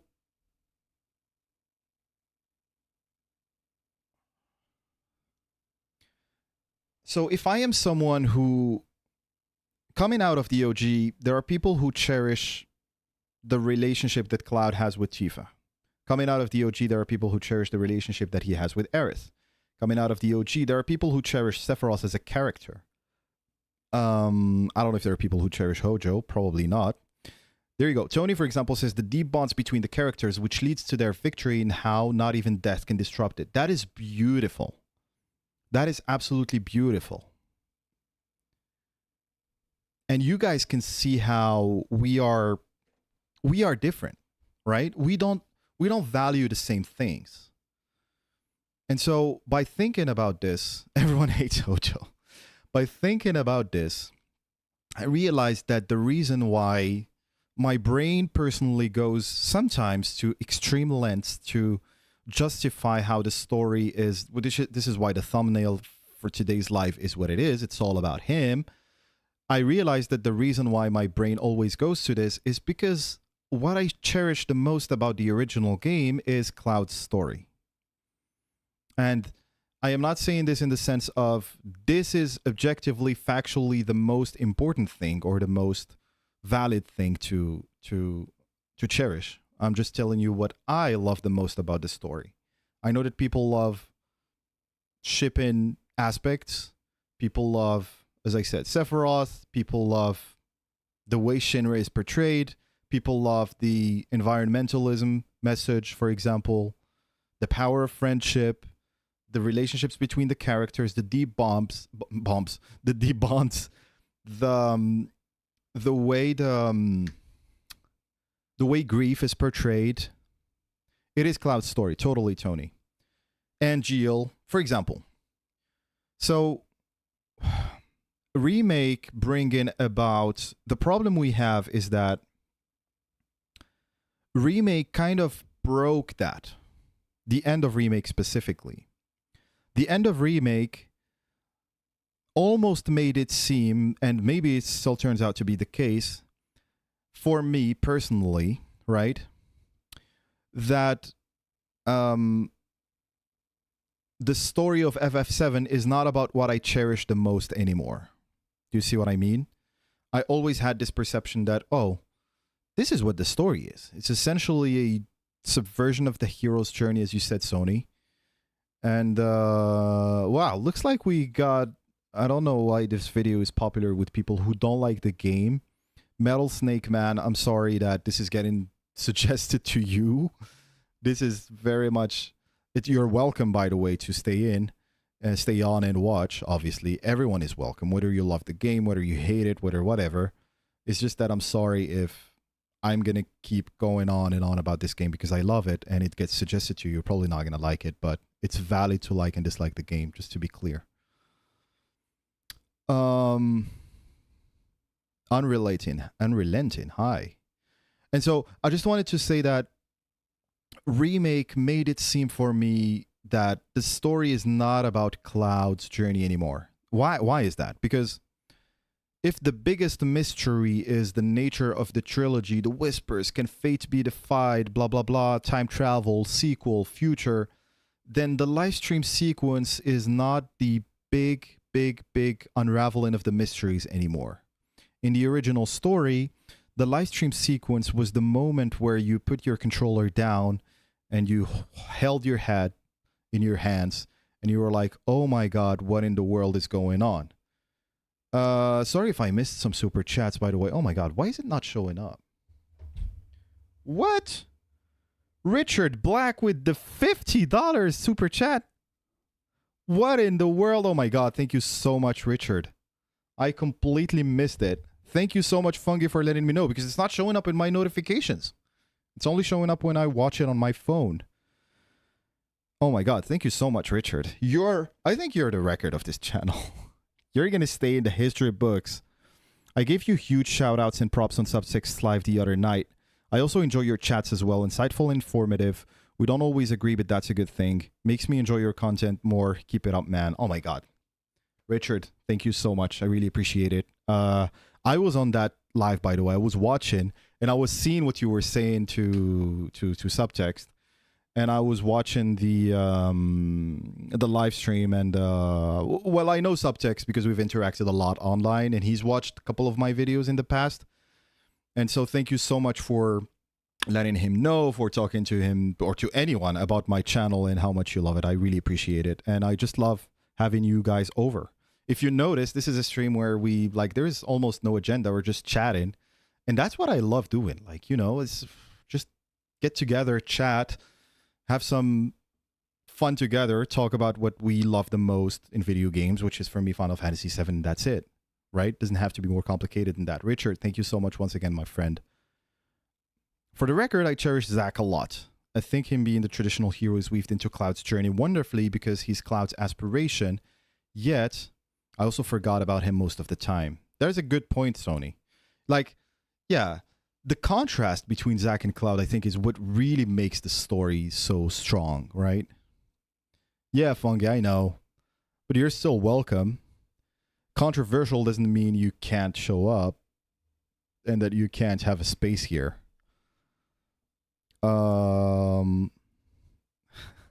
Judy. I need to get back to my thread to like what I was saying. Okay, Judy is kind of testing the limits. I don't know if that's why you're called tester, but you're really testing the limits now, right? You're testing the limits of how long you can stay on this chat. And so, sorry, I saw the questions, guys. I just want to, it's 5 a.m. Yeah, I just want to keep going in my point so that I don't lose it. So for me, the reason my kind of confession to you guys, I have a confession really, is that the reason I keep insisting on the story being centered around Cloud is why the theory or the idea that time travel, destiny, fate, whispers would presume that the biggest reveal and the biggest twist would not be the live stream sequence anymore. So the live stream sequence was the moment where it all unravels, where you just, as I said, you put your controller down, you hold your head in your hands, and you're like, oh my God, what did I just witness? This is the biggest, the best thing ever. So I imagine these ideas where you get, by the time the live stream sequence is done, maybe you have some of these reactions, but the big payoff and plot twist is still happening at the last portion of the game, and my brain just kind of freezes when it goes through that. And I'm not saying that it's impossible. I'm saying this is a me thing. I'm saying this is why I personally keep going back to it has to be something that keeps the essence of what I cherish the most about the original story. And if you have someone who ships, I'm going to be very honest with you guys. I understand everyone's perception. I understand everyone's agenda, quote unquote. It's not a bad thing for me. It's Cloud's story and everyone else are NPCs. This is how I perceive it too, Richard. I'm aware people don't see it that way. But someone who ships Cloud and Aerith, I by the way, I have never had any problem talking about shipping because I've been called a Clotty shipper. I've been called a Clarith shipper. Apparently, I ship both and I ship none, so I don't know. But someone who ships Cloud and Aerith, what they cherish the most from the OG is the relationship between Cloud and Aerith. What they cherish the most from Advent Children is how Cloud seemed to still value Aerith, and for them, how they still thought that Cloud is not over Aerith and that he really wants to be with her. This is their opinion. I don't agree with this, but this is their opinion. So when the remake comes around, the thing they cling to the most is, can this game keep it about what I really cherish? You see what I mean? So when someone who ships Cloud and Aerith is exposed to what the game shows, for them, the reveal and the plot twist and the payoff has to be the moment the story reveals that this is about changing Aerith's fate. For someone who ships Cloud and Tifa, who also have the right to ship whomever they want, what they value the most from the original is the story of Cloud and Tifa. What they value the most from... I ship Angel and Honor, I ship Genesis and Loveless. Very safe choices. For someone who ships Cloud and Tifa, they would value the relationship that Cloud and Tifa have in Advent Children 2, for example. You know, basically everything that you can find in the compilation, whatever. And so when the story comes around, what they would value and cherish the most, what they want to keep dear, and they are afraid of the remake taking away that and making the story about something they don't cherish anymore. Do you see, guys, what I mean? Fungi, what do you value? Do you value Soldier? I feel like you value Sephiroth to some extent. So let's presume, I'm going to use you as an example, as in you value Sephiroth's arc. When the whole Edge of Creation conversation happens, when we see a Sephiroth who is possibly trying to change the future and all this kind of stuff, all of a sudden your reaction is, I don't want the story to be about anything other than what I cherish the most. We are all guilty of this, guys. We all have something we love the most about Final Fantasy VII, and we think that is the core of the game. The problem with the remake trilogy is that it challenges literally every single one of us. This is the problem. We are crippled with fear. This is what I was trying to relay in my latest video. Not guilty. This is what I was trying to relay, is that we are all afraid that Final Fantasy VII will take away the one thing we love the most.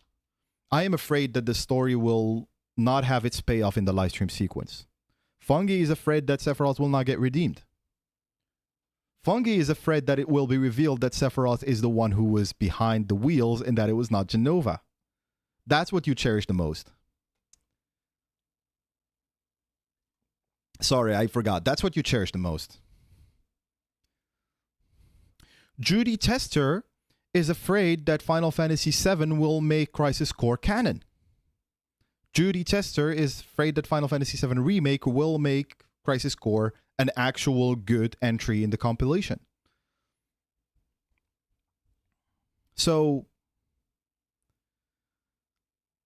I guess the boring part, guys, is that there is no wrong or right thing. It's that we are all crippled with fear. We are not able to enjoy the story as much as we should because we keep seeing how it relates to the one thing we cherish the most. Nomura is literally aware of all of this, and he has brought up people's different perspectives in his commentaries. Absolutely, Tony. Tony, not only Nomura, Nojima as well. They will find a way to give everyone what they want. I mean, truly believe that the trilogy is a spicy remake, and I'm entirely on board. Could something be changed by the end? Sure, but I'm approaching this as an ultimate retelling. Exactly. And you know, if this ends up being something else, it's fine. Time travel has no rule foundation in FF7. Josh, you know I'm with you. I'm of the absolute same opinion. Because time travel essentially, again, for me, it takes away from the mystique of, here is why for me it's not really time travel probably. It's because Final Fantasy VII was psychological. You see what I mean? Final Fantasy VII was almost a psychological thriller. You could call it that way if you were thinking about it as a movie. And so time travel brings a sci-fi aspect that I'm not going to say undermines, but that certainly goes into a bit of a different direction compared to the psychological aspect. So time travel is about paradoxes. Time travel is about who is able to win the chess match across space-time. But Final Fantasy VII, for me and for Josh and for many others, wasn't really about sci-fi. It was an introspective journey. It was about psychology. It was about individuation, self-actualization. It was about how can you find your place in life without breaking? How can you, well, not without breaking because Cloud still breaks, but how can you find your place in life without giving up? Even that is probably not right. If the ultimate goal is to get rid of Jenova, how are you able to banish Sephiroth from the live stream, but also have Zack and Cloud be absorbed by the live stream and have Gaia be viable? That is a totally valid point. And I feel that the point that we can't get rid of Jenova is kind of overplayed at times because Angeal returns to the planet. Zack, in the original continuity, returns to the planet. And I'm saying Angeal and Zack because they have Jenova cells inside of them. Right? So why can't Jenova not return to the planet, but why can't Sephiroth as well return to the planet? Right? The other side of it is Jenova dangerous as an entity itself? As in, is Jenova, and when Jenova is isolated, is it dangerous, or is it dangerous when it has a host? I strongly believe that Jenova is infinitely more dangerous when it has a valid or a good host for it. This is why when it had Sephiroth, it was dangerous. And this is why I believe through Cloud, you can see how dangerous it can be. But alone, it can't do whatever it wants to do because it needs to go through someone and it needs to summon people from people's memories. It summons dead loved ones through memories. And so the only way Jenova is able to impact the world is through that. Steve, this is an oversight, but it's helping me gauge how you understand Jenova. I'm glad. If you have more questions, I'm happy to answer so that I give you a bit more insight into how I perceive it. I don't see how sustaining the original story's events in re-trilogy is required to change fate or defy destiny. You would think the split would have made the journey widely different. It's all on track. Totally, Sonny. And my question is, if we were going to change fate and destiny and so on, and I'm not saying it's impossible, but would Rebirth have looked like this? Or would you really need to set up a lot of other jigsaw puzzle pieces if you were planning for something new? Because the way we are running out of time here. This is why people are kind of frustrated with the story not giving us the meta payoff we want. Maybe there is no meta payoff. Maybe it's getting late because there isn't one. Because if we were to get a big payoff, would it be coming out of nowhere considering that the story really didn't change that much? And the big changes in Rebirth, I keep hearing about Zack being the big change in Rebirth. Zack has literally zero impact on the real world. Other than the white materia, Zack doesn't even appear if we presume that the Beagle world is the Beagle main reality. Zack's story runs in parallel to the main story we have. And he's literally nowhere close to the real world. So we can't talk about Zack being a deviation because it's almost like you're playing another entry of the compilation that talks about a different side of things, right? Thought the director once said it will lead into Advent Children somehow, so I wonder how much they could possibly change. Yeah, I totally agree, and I'm still of the opinion that it leads there. I want to be empathetic to everyone who still thinks this needs to lead somewhere else, guys, just because I understand the need for a payoff. I don't want... I would be the first to not like... I'm tired of this fight, by the way. I'm tired of this chapter. Let's just do this. Like, if the wrap-up is that it was just all subversion and that there is nothing new and that you guys were fooled, haha, I would be happy because I was probably right on some things. But I would also feel sad for people, speaking of sad, I would feel sad for people who were hoping for more from this story. Because just like I am clinging to what the story is about, in my opinion, which is Cloud, there are people who, after playing Remake, have been clinging to the idea that the story is about changing fate. I can't blame them for clinging to that. If the story isn't satisfying enough for them, I would side with them and say, I'm sorry you feel that way. I really wished, or I really would have hoped that we get a payoff that satisfies the both of us. I don't want a payoff that satisfies only me. I want a payoff that satisfies literally everyone, because I feel like this is a celebration of Final Fantasy VII. You see? Let us get technical, Fungi. Let me reread you. You view her as needing a host, which is only true because currently she's sealed away, just like how Sephiroth transformed to Tifa. Yeah, you're right. You're right, but what does it look like when she returns? Because even in the OG, because Jenova synthesis is the Jenova, supposedly, right? But that's still kind of meh. So you just like kind of beat it and that's it. So what happens? Like, what is Jenova actually? B-Space, I agree. It's definitely tricky because the live stream can seem like time travel to people who have Marvel brain. Yes, because they didn't want to give away the angst around Aerith's fate that early, I suppose, right? That cheaply. That even made it a focal point other than the OG. Yeah. Jenova's true form is the angelic being. We see her, and I don't think that's her true form, Fungi. I think she took someone's form there, no? Wasn't it confirmed? Because when you see Jenova fight in the Cetra in the temple, you see the tentacles and everything. You don't see the angelic form. That is the form that we see her as now. But it's probable that she took someone's shape, right? She took the shape of an attractive woman, is what I read somewhere.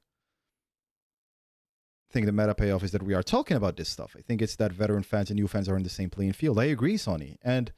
But would people hate? How much would people love or hate that? Is the question.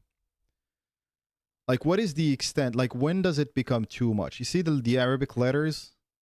Hasho here, that is is it an 8 or a 7? It's an 8, right? Backman proves that you do not need to be injected with Jenova cells to be under her control. That is a great point. And I'm not saying a host just to do, like... I'm saying a host to summon. It needs memories to control you, essentially. It needs memories to manipulate you. So it's possible that it's able to look into memories of real people, because it was trying to manipulate Angeal, but Angeal also had Jenova cells. Backman is the only... You know, they suspiciously put Backman there because he's the only version, like he's the only human that we know for a fact probably didn't have Jenova cells, yet still ended up as a rope. Is it possible that he went back to Hojo and got injected because he really loved Sephiroth and wanted to be the same? I don't know. We can experience the journey through fresh eyes. China proved you do not need to have her cells to be under your control. Okay. I'm not totally against that, by the way. Okay. Yeah, I disagree. Bonjour, Materia Hunter. How's it going? I'm doing great. What about you? I'm so happy to be back chatting with everyone. Marketing definitely tricked people into thinking changes were possible. Yeah, Josh, exactly. And so I empathize with people thinking that this is going to be different, because after finishing Remake, I was of the same opinion. I was like, well, this is probably not this. We are getting more. Like, we have to have some sort of payoff for this. I was blown away. I loved it. But after finishing Rebirth is where I changed my opinion. Yet I still empathize with people who had the same opinion that I had literally a year ago, 2 years ago. The errant worlds are just red herrings, but ending with getting Geo Sigma and a depressed Cloud and AC isn't good ending either. I think Nomura Hamaguchi wants a better, happier ending of sorts. I totally agree, Richard. I think that to be totally honest, I wouldn't, if Cloud is still in the same place, I hold Advent Children also dear, because I feel like it has because, Advent Children was released, I don't know, however many years after the OG, so you needed to have an arc. You can't start Advent Children by saying Cloud is fine and everything is fine, and then Sephiroth appears and he just beats. You needed to start it with a low so that you get to a high, right? And so it needed to artificially reverse Cloud's healing almost. It needed to create a reason for Cloud to be depressed. But it did that with a purpose of landing in a place where he is not depressed anymore. Potentially. And so this is why I'm not totally against it. But where I fully agree is that the ending has to feel happy. Even if it's the same, it has to feel grand and happy. And maybe we get some glimpses 15 years into the future that show us how the parties is like. And then we are just reassured that, okay, everything is fine. Even after Advent Children, even after Dirge of Cerberus, they were able to live fulfilling lives. They were able to let go of the grief of the guilt that some of them carry. So this is where I would be totally on board. It has to feel bigger, right? Everything after the OG is a celebration. I totally agree. She takes all sorts of forums. I am calling it, we are probably all wrong. Totally. They're going to surprise us. Revelation is going to follow most of the OG beats until it's not anymore. I agree, Tony. I totally agree. Steed, do you think there are aspects with FF7 that deals with how you accept death and lead life after it? And would you say OG Cloud answered that? Wow, again, such a loaded question. So grief is definitely central to FF7. I played Final Fantasy VII, so I said this on Schrodinger's Baby Seals stream. I played Final Fantasy VII fairly late in my life. I played it a couple of years before Remake released. And I was always a Final Fantasy VIII fan, so I grew up with the perception of Final Fantasy VIII being my favorite game within the series. And I played 9 and I played 10 and I loved them, and I played a lot in the meantime. I just finished 6. Currently playing the Legend of Dragoon, by the way. We can talk about it in a minute. So I played Final Fantasy VII in a period where it was a bit more mature, and it was a bit difficult to get over the graphics, because coming from 8 and playing it in, I don't know, 2013, 14, 15, whatever, is a bit difficult, right? And so it took me some time, finally was able to do it. But then when I played it, I immediately saw the reason why I should have played it earlier. And it became my favorite Final Fantasy VII, especially after the remake series. With grief,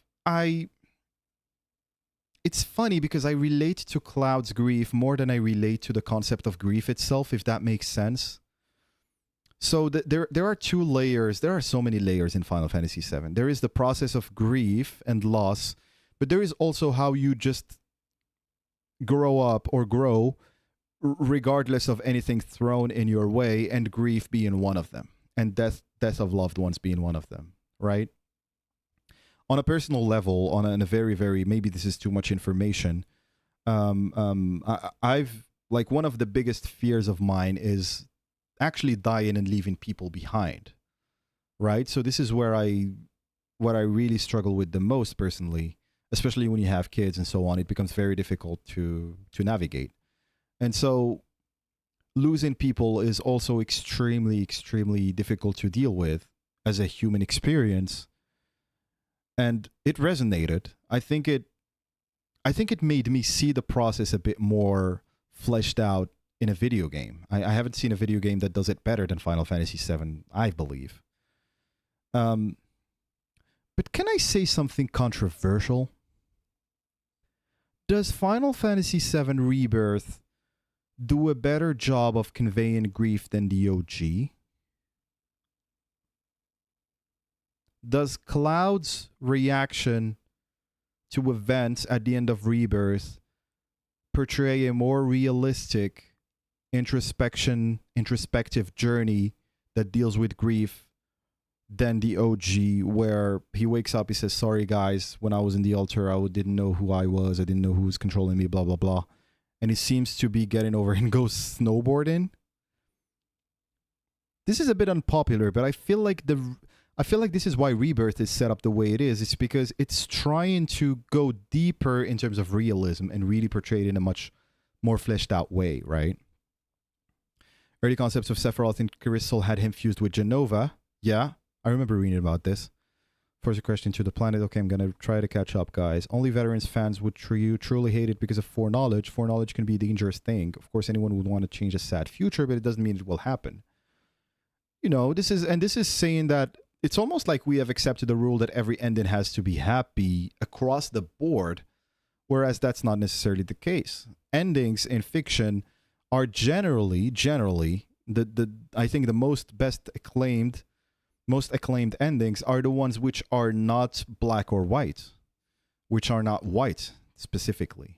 If you have an ending where everything is good and everything is rainbows and butterflies and there are no sacrifices made, then that ending is probably not going to be well reviewed, is how I feel about it. Endings which tend to resonate best with people are endings which show you big sacrifices for something greater than what you gave up. Necessary, painful things to give up.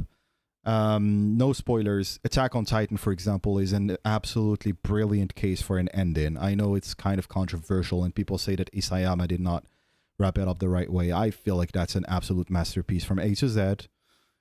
And so that ending is so powerful for me because there are some things which are sacrificed, especially during one of the last shots in the post-credits scene, that you don't realize the weight of or the importance of until you have to let them go, but you realize you have to let them go because that is what is going to lead to a happy ending for everyone else. And it doesn't get more Final Fantasy VII than this. Like the payoff or the ending will have potentially to tell us that there is something to sacrifice. I don't imagine an ending where, you know, to get a good ending for everyone, things have to be sacrificed. This is just what life is. And so if you present an ending where nothing is sacrificed, I think that people will not like it as much as they like the original. And this is not to say that the original made that case in a very direct manner that Aerith was sacrificed for the ending. I don't think it made that case well. But the way I'm seeing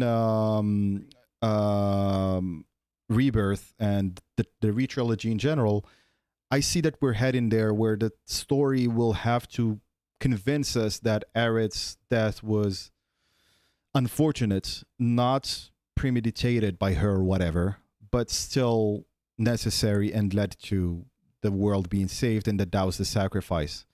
And that whether it was worth taking that trade-off is up to the player's interpretation. I feel like this is where we will land.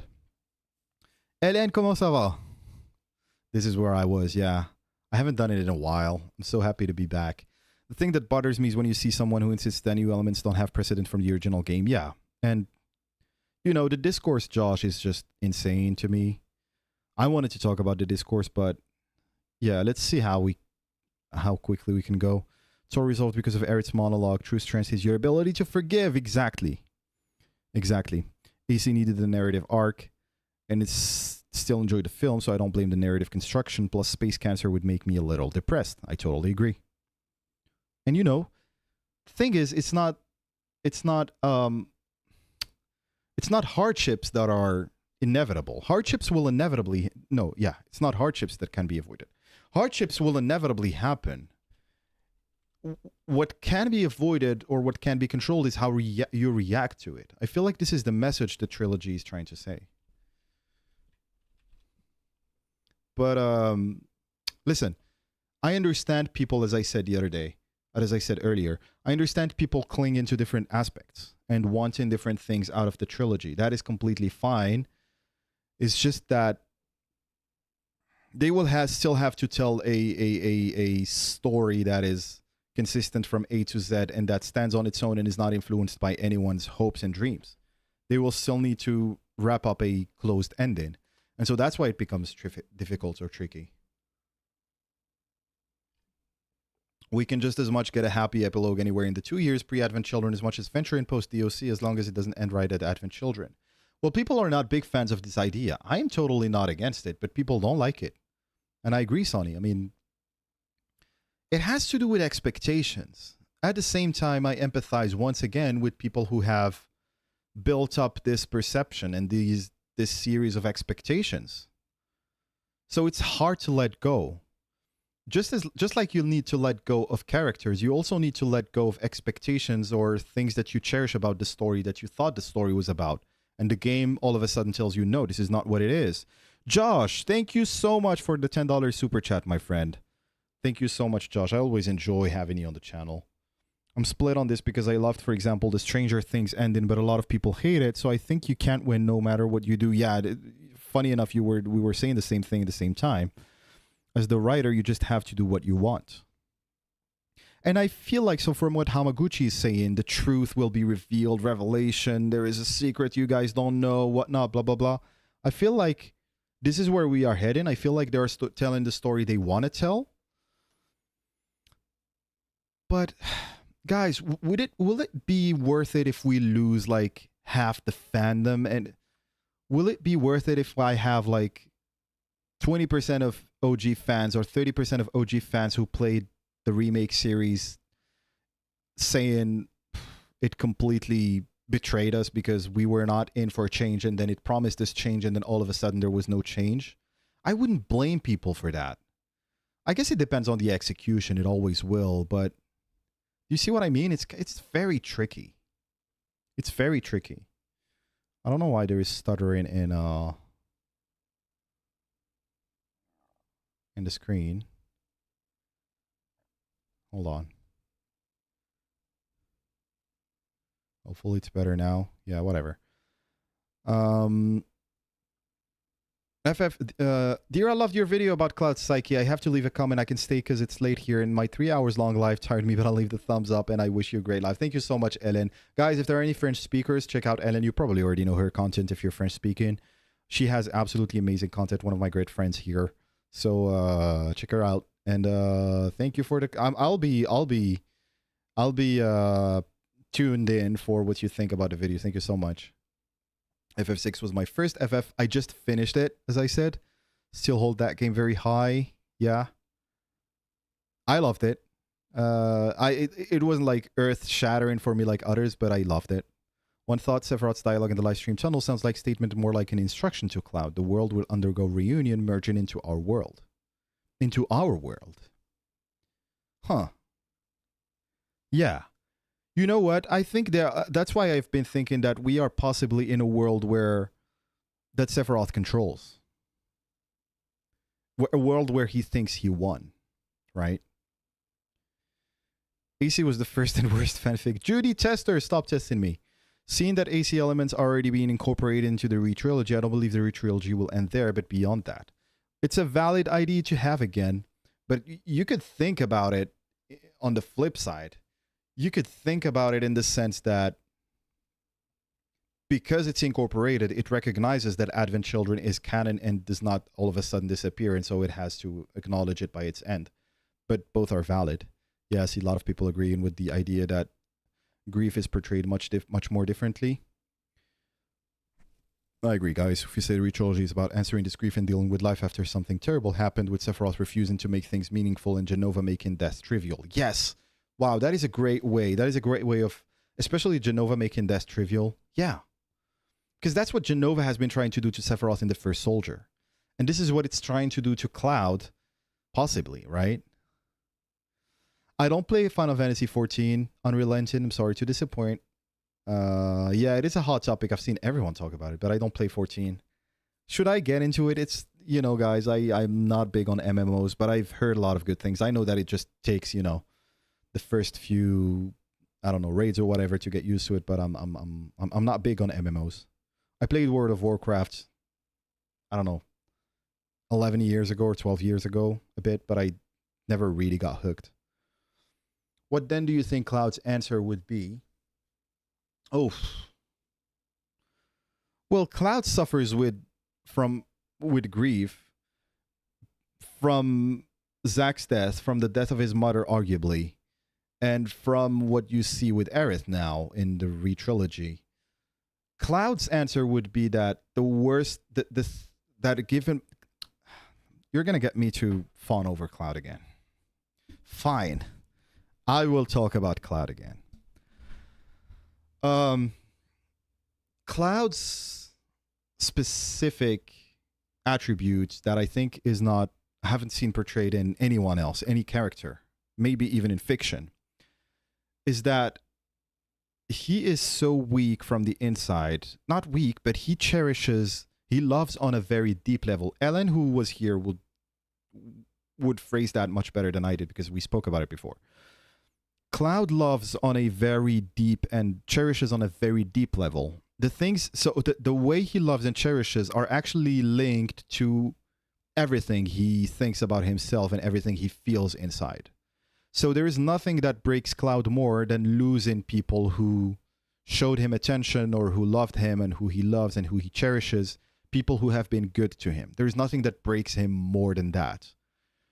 There are people who deal with grief. This is not to say that this is the only way to deal with grief is by losing yourself altogether. This is not to say that.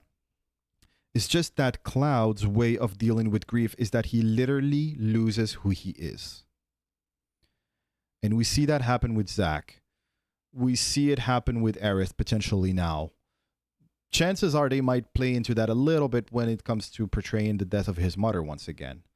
There is nothing he doesn't cherish. Exactly, Richard. And so if you ask Cloud, he would probably answer you, death completely destroys me. And when he says destroys him, he would mean it on a literal level. He would say that if I experienced, he would tell you I am unable to experience the death of a loved one. That's what Cloud would tell you. He would tell you that I'm so unable to experience that I just lose my brain. And this is what we see happening. This is why Cloud is so special to me, guys. It's because he symbolizes that fear that we have inside of losing people and of that inner child, because he's very childlike in his behavior, and Biggs tells him that. It's because he has no, even despite all of this wall that he's building over him, the real Cloud has literally no wall. The real Cloud is what you see is what you get. You just see how vulnerable he is when he's talking to Zack. And how he shows him how he's ashamed of himself and of not being able to protect Tifa or not being able to show up because he wasn't a soldier and blah, blah, blah. And those are complexes that some parts of them are unhealthy, granted. But he's very, very, very honest, and he is very genuine in the way he is. And so genuine is probably a good adjective, yeah, whatever, is a good description of Cloud that I would add here. And so that genuine aspect or side of him is what makes him suffer a lot when he loses something or someone, to the point where he has already lost Zack and completely lost himself. The time he was confronted with it again, he was about to lose Tifa. We forget this in Gongaga. And you guys saw what happened to him. He lost himself again. He became just a zombie once again, just a shell of a body. He just had a shell. Like his consciousness wasn't even there anymore. He lost himself once again once he thought that Tifa was dead. And when Aerith dies, that's what happens to him once again. He realizes, like, he even creates a world possibly where she doesn't die just to not break down. This is how I interpreted the end of Rebirth. Rebirth Cloud is very different than OG Cloud. Notice how in the OG he has self-doubts before going to save Aerith. In the Rebirth, yeah. And I think this is where the portrayal is. I don't think it's mechanically different to tell you that this is a different Cloud. I think it's just the portrayal is different, Tony. That's my opinion. The OG Aerith is just ripped away and you immediately feel the pain of loss. In Rebirth, it's a slow burn. Her death is uncertain, reflecting the denial you go through when you lose someone you love. And Remills, I would agree that if the OG was more about the grief of the player, because you are letting go of Aerith as a character, I believe that remake is more about the grief of Cloud. You don't, because you are observing Cloud from the outside, you are being him almost, right? So you don't grieve. I don't think you grieve Aerith the same way that Cloud does. It's almost as though it destroys him more than it destroys you, the player. I truly believe that as batshit as the journey has been and not everything's been executed perfectly, Re-Trilogy being more storytelling experience has been uniquely effective. I totally agree. On a personal note, I went through a deep depression a few years ago. I'm sorry to hear that, Richard. I hope things are better. Only thing that kept me from doing something terrible was how that action would affect the people I love. Guilt love saved me. And it's one of those cases where, yeah, some things which are unfortunate tend to keep you going, right? But the most important thing is having people you love and people who love you. And that will always be more powerful than, as you see in the Re-Trilogy, than anything else. That's my opinion. The post-credits scene, yeah, war continued on Paradise, but I didn't want to spoil it, Fungi. I'm talking about the tree scene, which is what Aaron tried to avoid. I'm talking about a personal level, about the sacrifice that someone had to make in order to save the world. Someone had to make a sacrifice at the end of Attack on Titan, right, Fungi? That's what I'm talking about.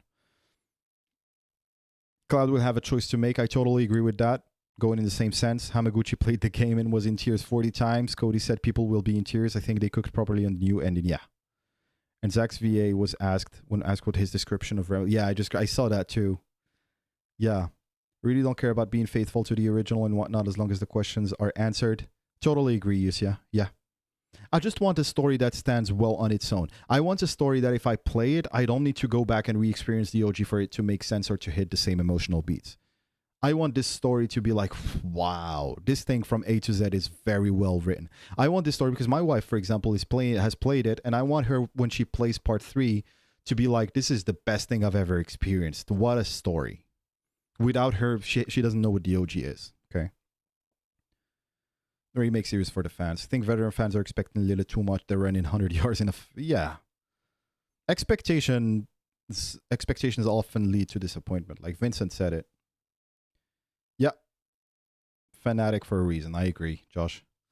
I trust and know that the devs are aware and know that you won't lose half the fandom. That's why I'm sure they came up with something nobody could expect.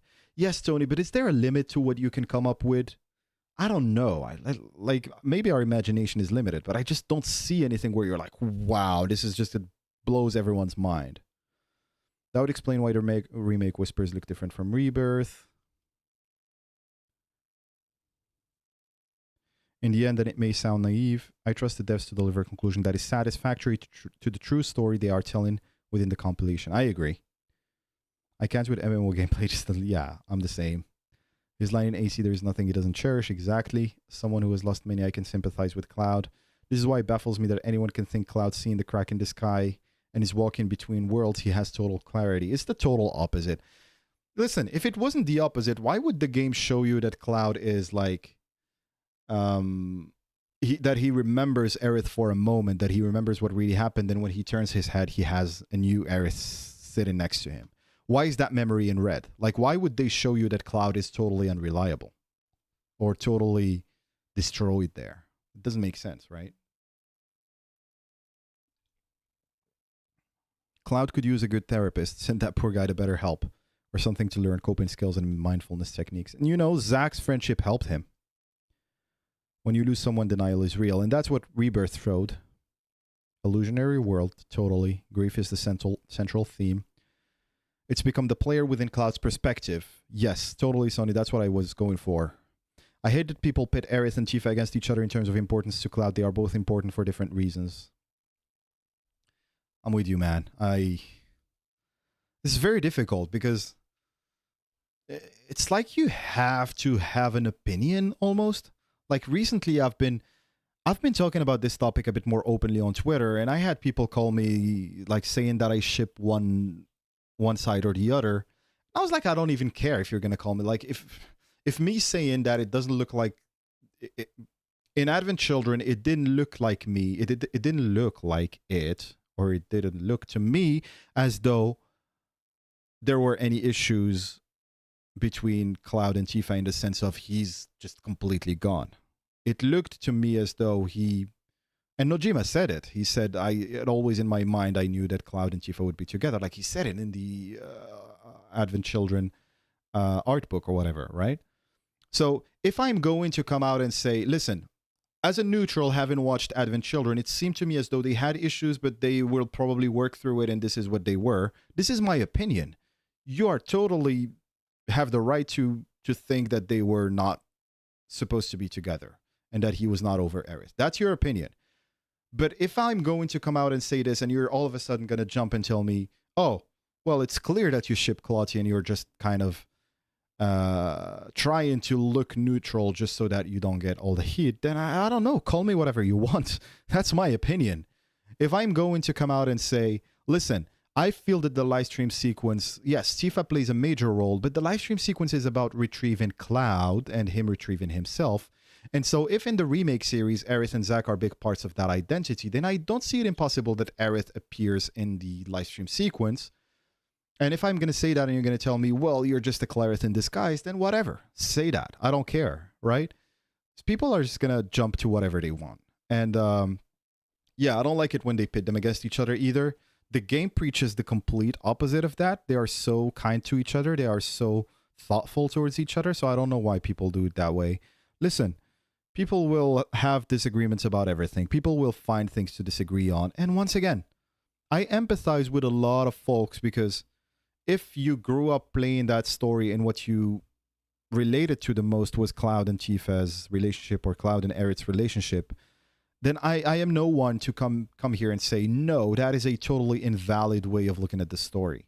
Romance has a part, whether we want it or not. The question becomes how much of a part it plays, and that is, unfortunately for us, or fortunately, that is subjective. I can't sit down here and say, this is how much romance plays a part, and so if you over-evaluate it, then you're wrong, or if you under-evaluate it, you're wrong, whatever. So I empathize with people that like the game for different reasons. It makes us similar. Someone who likes...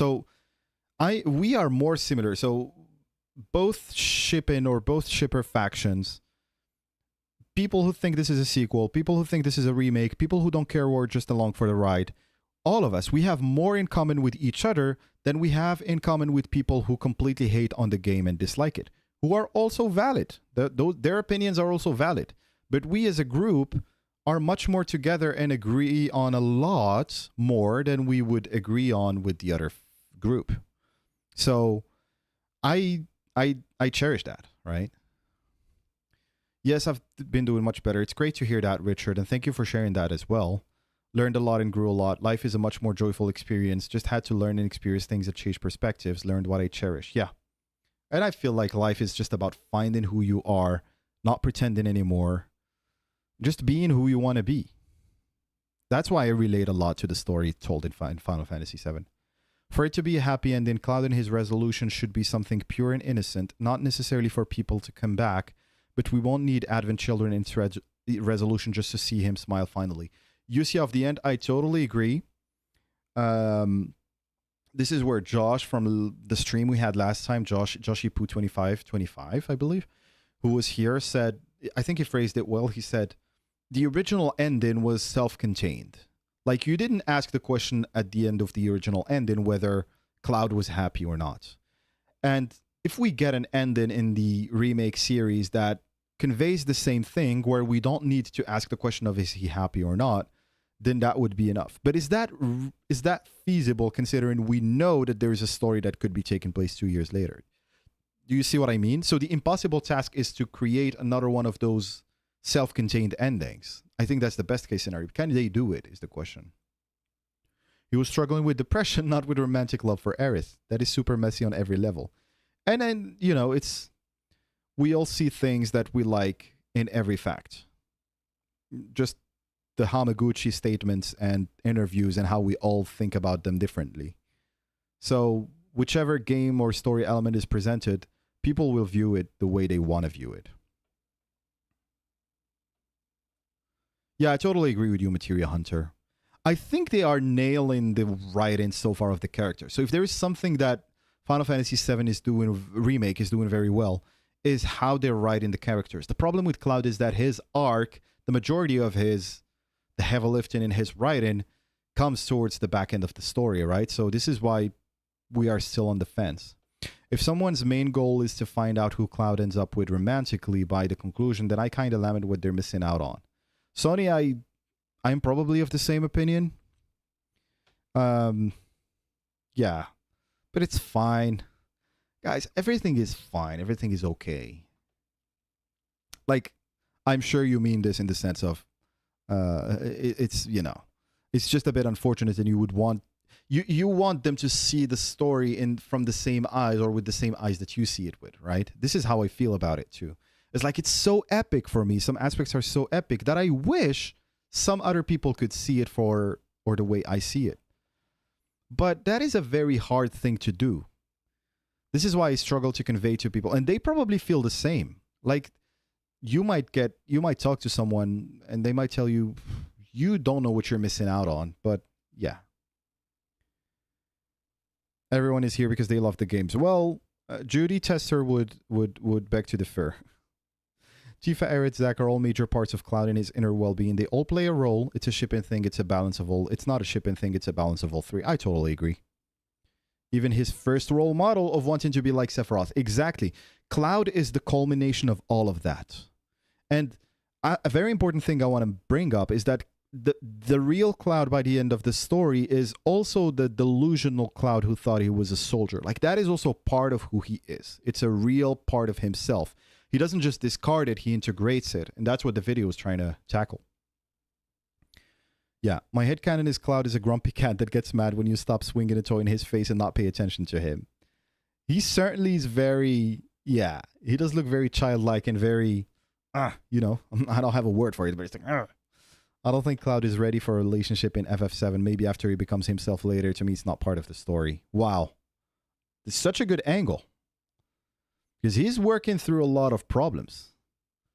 So, yeah. So does he have time to be a good companion is the question I would ask.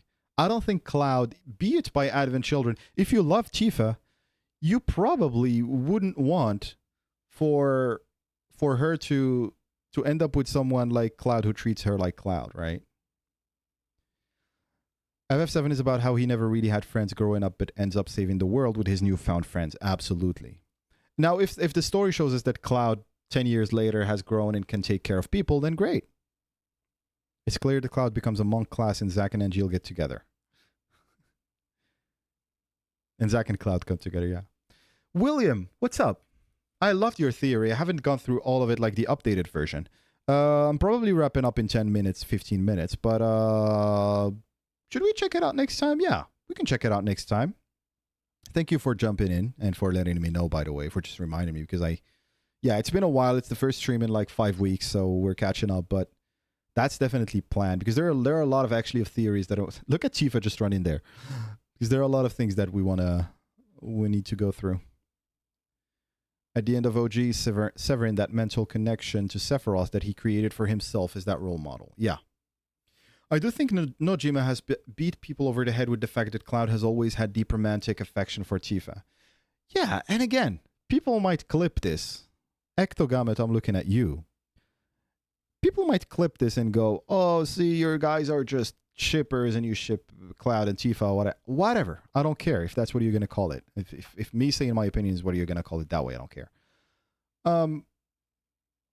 When you see the stuff in like your Destiny, when you see the stuff even in Traces of Two Paths, when you see a lot of stuff, you see that there was something there between Cloud and Tifa. This is not to say that there was nothing there between Cloud and Aerith, but just coming and dismissing that as, oh, she didn't know him, oh, they weren't blah, blah, blah, that's just like nonsense. Like, the story is supposed to feel conflicting at times. Like, the dilemma is supposed to be there, but not in the sense of Cloud is sitting there and waiting to decide on the one he wants to get with. No, that's not the way it's supposed to be conveyed. Like, Nojima probably wants to convey to you the confusion, but it's because Aerith loved Zack. And Zack, she sees him in Cloud. And then she started liking Cloud for who he truly is. But Cloud and Tifa also have history. And Cloud really his whole reason for doing this is Tifa. But Tifa at the same time doesn't know who this Cloud is, but at the same time she still clings to the real Cloud that she knew. And it's all supposed to be complicated because of where the characters are in their individual journeys. Now, is Cloud sitting there at the end of Advent Children or at the end of the OG and going, oh, pros and cons of Tifa and Aerith? No. This is like how people want to think about it. But that's not the reality of it. Life is much more complicated than that. And it's possible to love different people in different fashions. There was no need for the books. I'm not against lore, to be totally honest, but it's also not, it doesn't have information that is critical to you understanding the story being told within the remake series. It's just complimentary, so you could skip it if you want. Sorry, but the date with Tifa and what Cody said and the potential for the high wind scene says differently about a relationship. Yeah, I know that people will read it like that, and that's fine. If the high wind scene is there, it is there. Like, the story will be what the writers will say it is. I just want us to be nice to each other, regardless of whether it's there or not. With how Angel is to Zack and Zack is to Cloud, Cloud has to incorporate all their values and make something on his own for him to become a true hero for us into the planet. And I think this is possibly the Dream World's impact on him. When you see Zack's role, this is why I spoke about in the video, where maybe part of it is that you are seeing an archetype, a hero archetype that will be planted inside Cloud, and that's where he will go and dive in order to have his resilience, or his what's the right word? Well, anyways, his ability to not give up in the face of Meteor and so on by the end of the story, right? So it's possible that Zack has an influence on Cloud like that. That's why, it says things like, I would have never made it this far without you guys, blah, blah, blah. Cloud has romantic feelings for both, and it's crystal clear. It's supposed to be ambiguous. At the very least, it's supposed to be ambiguous. Tifa is healthy for him. They are both still working through deep trauma and loss in the OG and the remakes. And I feel like they have a stronger bond because they know each other. There's no need for those books. We spoke about it. It's supposed to be complicated, and that's what makes it really interesting. Exactly. Story open to interpretation. Exactly. No canon romance has ever been confirmed. That's the reality people don't want to face. Well, people always try to say, oh, well, it's been confirmed canonically that these are together in Advent Children, or it's been confirmed canonically that Cloud is actually looking for Aerith and is over his relationship with Tifa. And it's like, no, it's neither. It does seem as though they are living in the same house and doing the same things. You could infer, like what I inferred is that they are probably in a relationship. But you could also infer that they are not in a relationship. Like, it's supposed to be interpretative, right? Yeah, we're just happy we have a reimagine / sequel. If it's a sequel, I'm going to be the happiest, guys. I'm going to be the happiest person on earth. Like, people don't realize, because I keep talking about, well, it's probably not a sequel. It's probably not a sequel. Do you guys, I hope I get to stream this. I don't know if I have the gear that will allow me to do that when the game comes out. I hope I can relate to you guys my reaction. Probably I might just record it because I don't want to get spoilers either. This is going to be my first time playing a game that has just released, and I don't want to get spoiled with Revelation by some silly ass comment. So I hope I can relate to you guys how blown away I will be if this turns out to be something in the future and it's an actual sequel. I will be like, wow, okay, that makes sense. I can guarantee you that's going to be my reaction. I just know that the way this writing has been going, that I will love it, regardless of where it goes. I'm pretty sure I'm going to love it.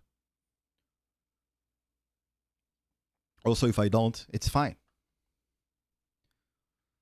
Those two books reinforce motivations and feelings Tifa and Aerith have, but that is it. Yeah, well, it's positive, right? Because you add lore to Tifa and Aerith, who are major characters. Maybe they will canonize something in Revelation, but because this would cause a never-ending shitstorm, I doubt they will, yeah. I think they will be as canon as they were in the OG. This is my expectation. Because it's been open, more or less, since the OG, so that's what they're going to do. Nojima said that before the first game launched, that it was going to take a lot of open interpretations away from the player. Yeah, I totally agree. I think he's doing that, Josh. And I would love for him to do that. I would love for him to do that. Because we're gonna be confronted with it, even if it's something that I don't want, right? Even if the story is now not about the live stream sequence anymore, and actually the big reveal happens with Sephiroth and the worlds and whatnot, I will probably appreciate that more than leaving it open to interpretation. The live stream sequence will be that very trigger pull when Zack passes the Buster Sword to Cloud. Oh my god, hero element of passing the torch. Because he lost it giving the black materia to Sephiroth, right? I love that idea. Though in the books, when Elmira wanted to send flowers to where Aerith dies and then Cloud just relapses and makes me sad. Yeah. Because he was trying to cope with Baratif and him trying to make the Bard help people and doing delivery services, and then he gets, yeah. And it's fine. Isn't that like the most normal human experience? Is that once you go back to that place, you would, like, feelings of grief and of regret would start resurfacing? I think they would, right? It is a sequel and a remake. Well, how long has it been? How long has it been? 2 hours, 38. Wow. Okay. I'm going to wrap it up, I feel. Because my voice is gone. I haven't done this in so long. And so I'm kind of... you guys probably feel that I'm a bit tired now. We're either going to get an OG remake or a sequel to honor the compilation in the late. We got both, yeah. That was my reaction when I finished the remake. It's like, wow, we're getting a remake and more. Give it to me. And I'm still of that opinion. It's not healthy for him to shy. But also, guys, do you know how old Cloud is there? He's 23. Cloud is 23 in Advent Children. I am 34. I'm going to be 34 this year. In a couple of months. So, 11 years ago, I was completely lost in life. I wasn't with my... who is now my wife. We weren't together. I didn't have a job yet. I just finished my studies. I didn't know who I was, what I wanted to do in life. Probably my friend, yeah, my friends group wasn't stable. I didn't have like a proper, I didn't have proper anchors in my life, people I can rely on. My relationship with a lot of relatives was extremely complicated. When he was 21, it's even worse. So you're like, he's still young. And actually, Nojima also speaks about that in the Advent Children art book. He says, Cloud is still young enough, despite everything that's happened, to play a major role for the planet and, you know, in something. And so, him being young enough to still have some growth and finally become an adult and shoulder the responsibilities and everything is as human or as realistic as it gets, right? Yeah, he still has the mind of a teenager. And just remember the things he went through. Like, there were 5 years between the time he was in a Mako tank for 5 years, right? That period still has not how much time passes after the OG and before the story picks up again in the movie? How much? 2 years? Yeah, 2 years. You appeared. So, by the way, guys, this is my wife who still hasn't played Revelation, hasn't played the OG, and who has appeared at the worst possible time. I'm wrapping it up in 5 minutes, by the way. But you have appeared in the worst. I hope I didn't spoil you. I hope so. I hope you weren't listening. If you did, well, sorry. So you can't be hard on him. Considering the circumstances, is what I was trying to say. Is that there was a shorter amount of time spent after he finished the OG, or after we finished the OG, compared to where he was for how long. If a character in Japanese games are 30 or more, they're pretty much on their deathbed. Japanese culture idolizes teenagehood. Yeah. But also Final Fantasy VII was striving to portray more of a Western view of things to a certain extent, right? So, my friends, thanks to everyone who has tuned in. I can't believe there were so many of you guys, by the way, tuned in for the first stream since however long. We will still be doing this every Saturday, maybe during the week. I might be doing this during the week because I think my schedule is just going to work a bit better. Are there any things that you guys want to discuss next time? Anyways, go to the Discord and let me know if that's the case. I'm just going to drop the link here. Thank you so much, Materia Hunter. If there are topics that you guys want us to go over next week, just let me know. Maybe some video reactions or theory video reactions, because it's been a while we didn't do that. There are some chats with other content creators that are in the pipeline, but it's just figuring out time slots with them is very difficult, which is why something during the week might actually work better. Particularly early in the day, 12 p.m., 11 p.m., 1 p.m., whatever it is. And so thank you so much, Richard. Thanks, everyone. I hope you guys have a good one. I hope you guys have a good end of your Saturday and a good end of your weekend. I hope you guys enjoy some holidays, some sun, some summertime, some fun with the family, with friends. Take care of yourselves. And until the next one, see you next week, guys. Bye-bye.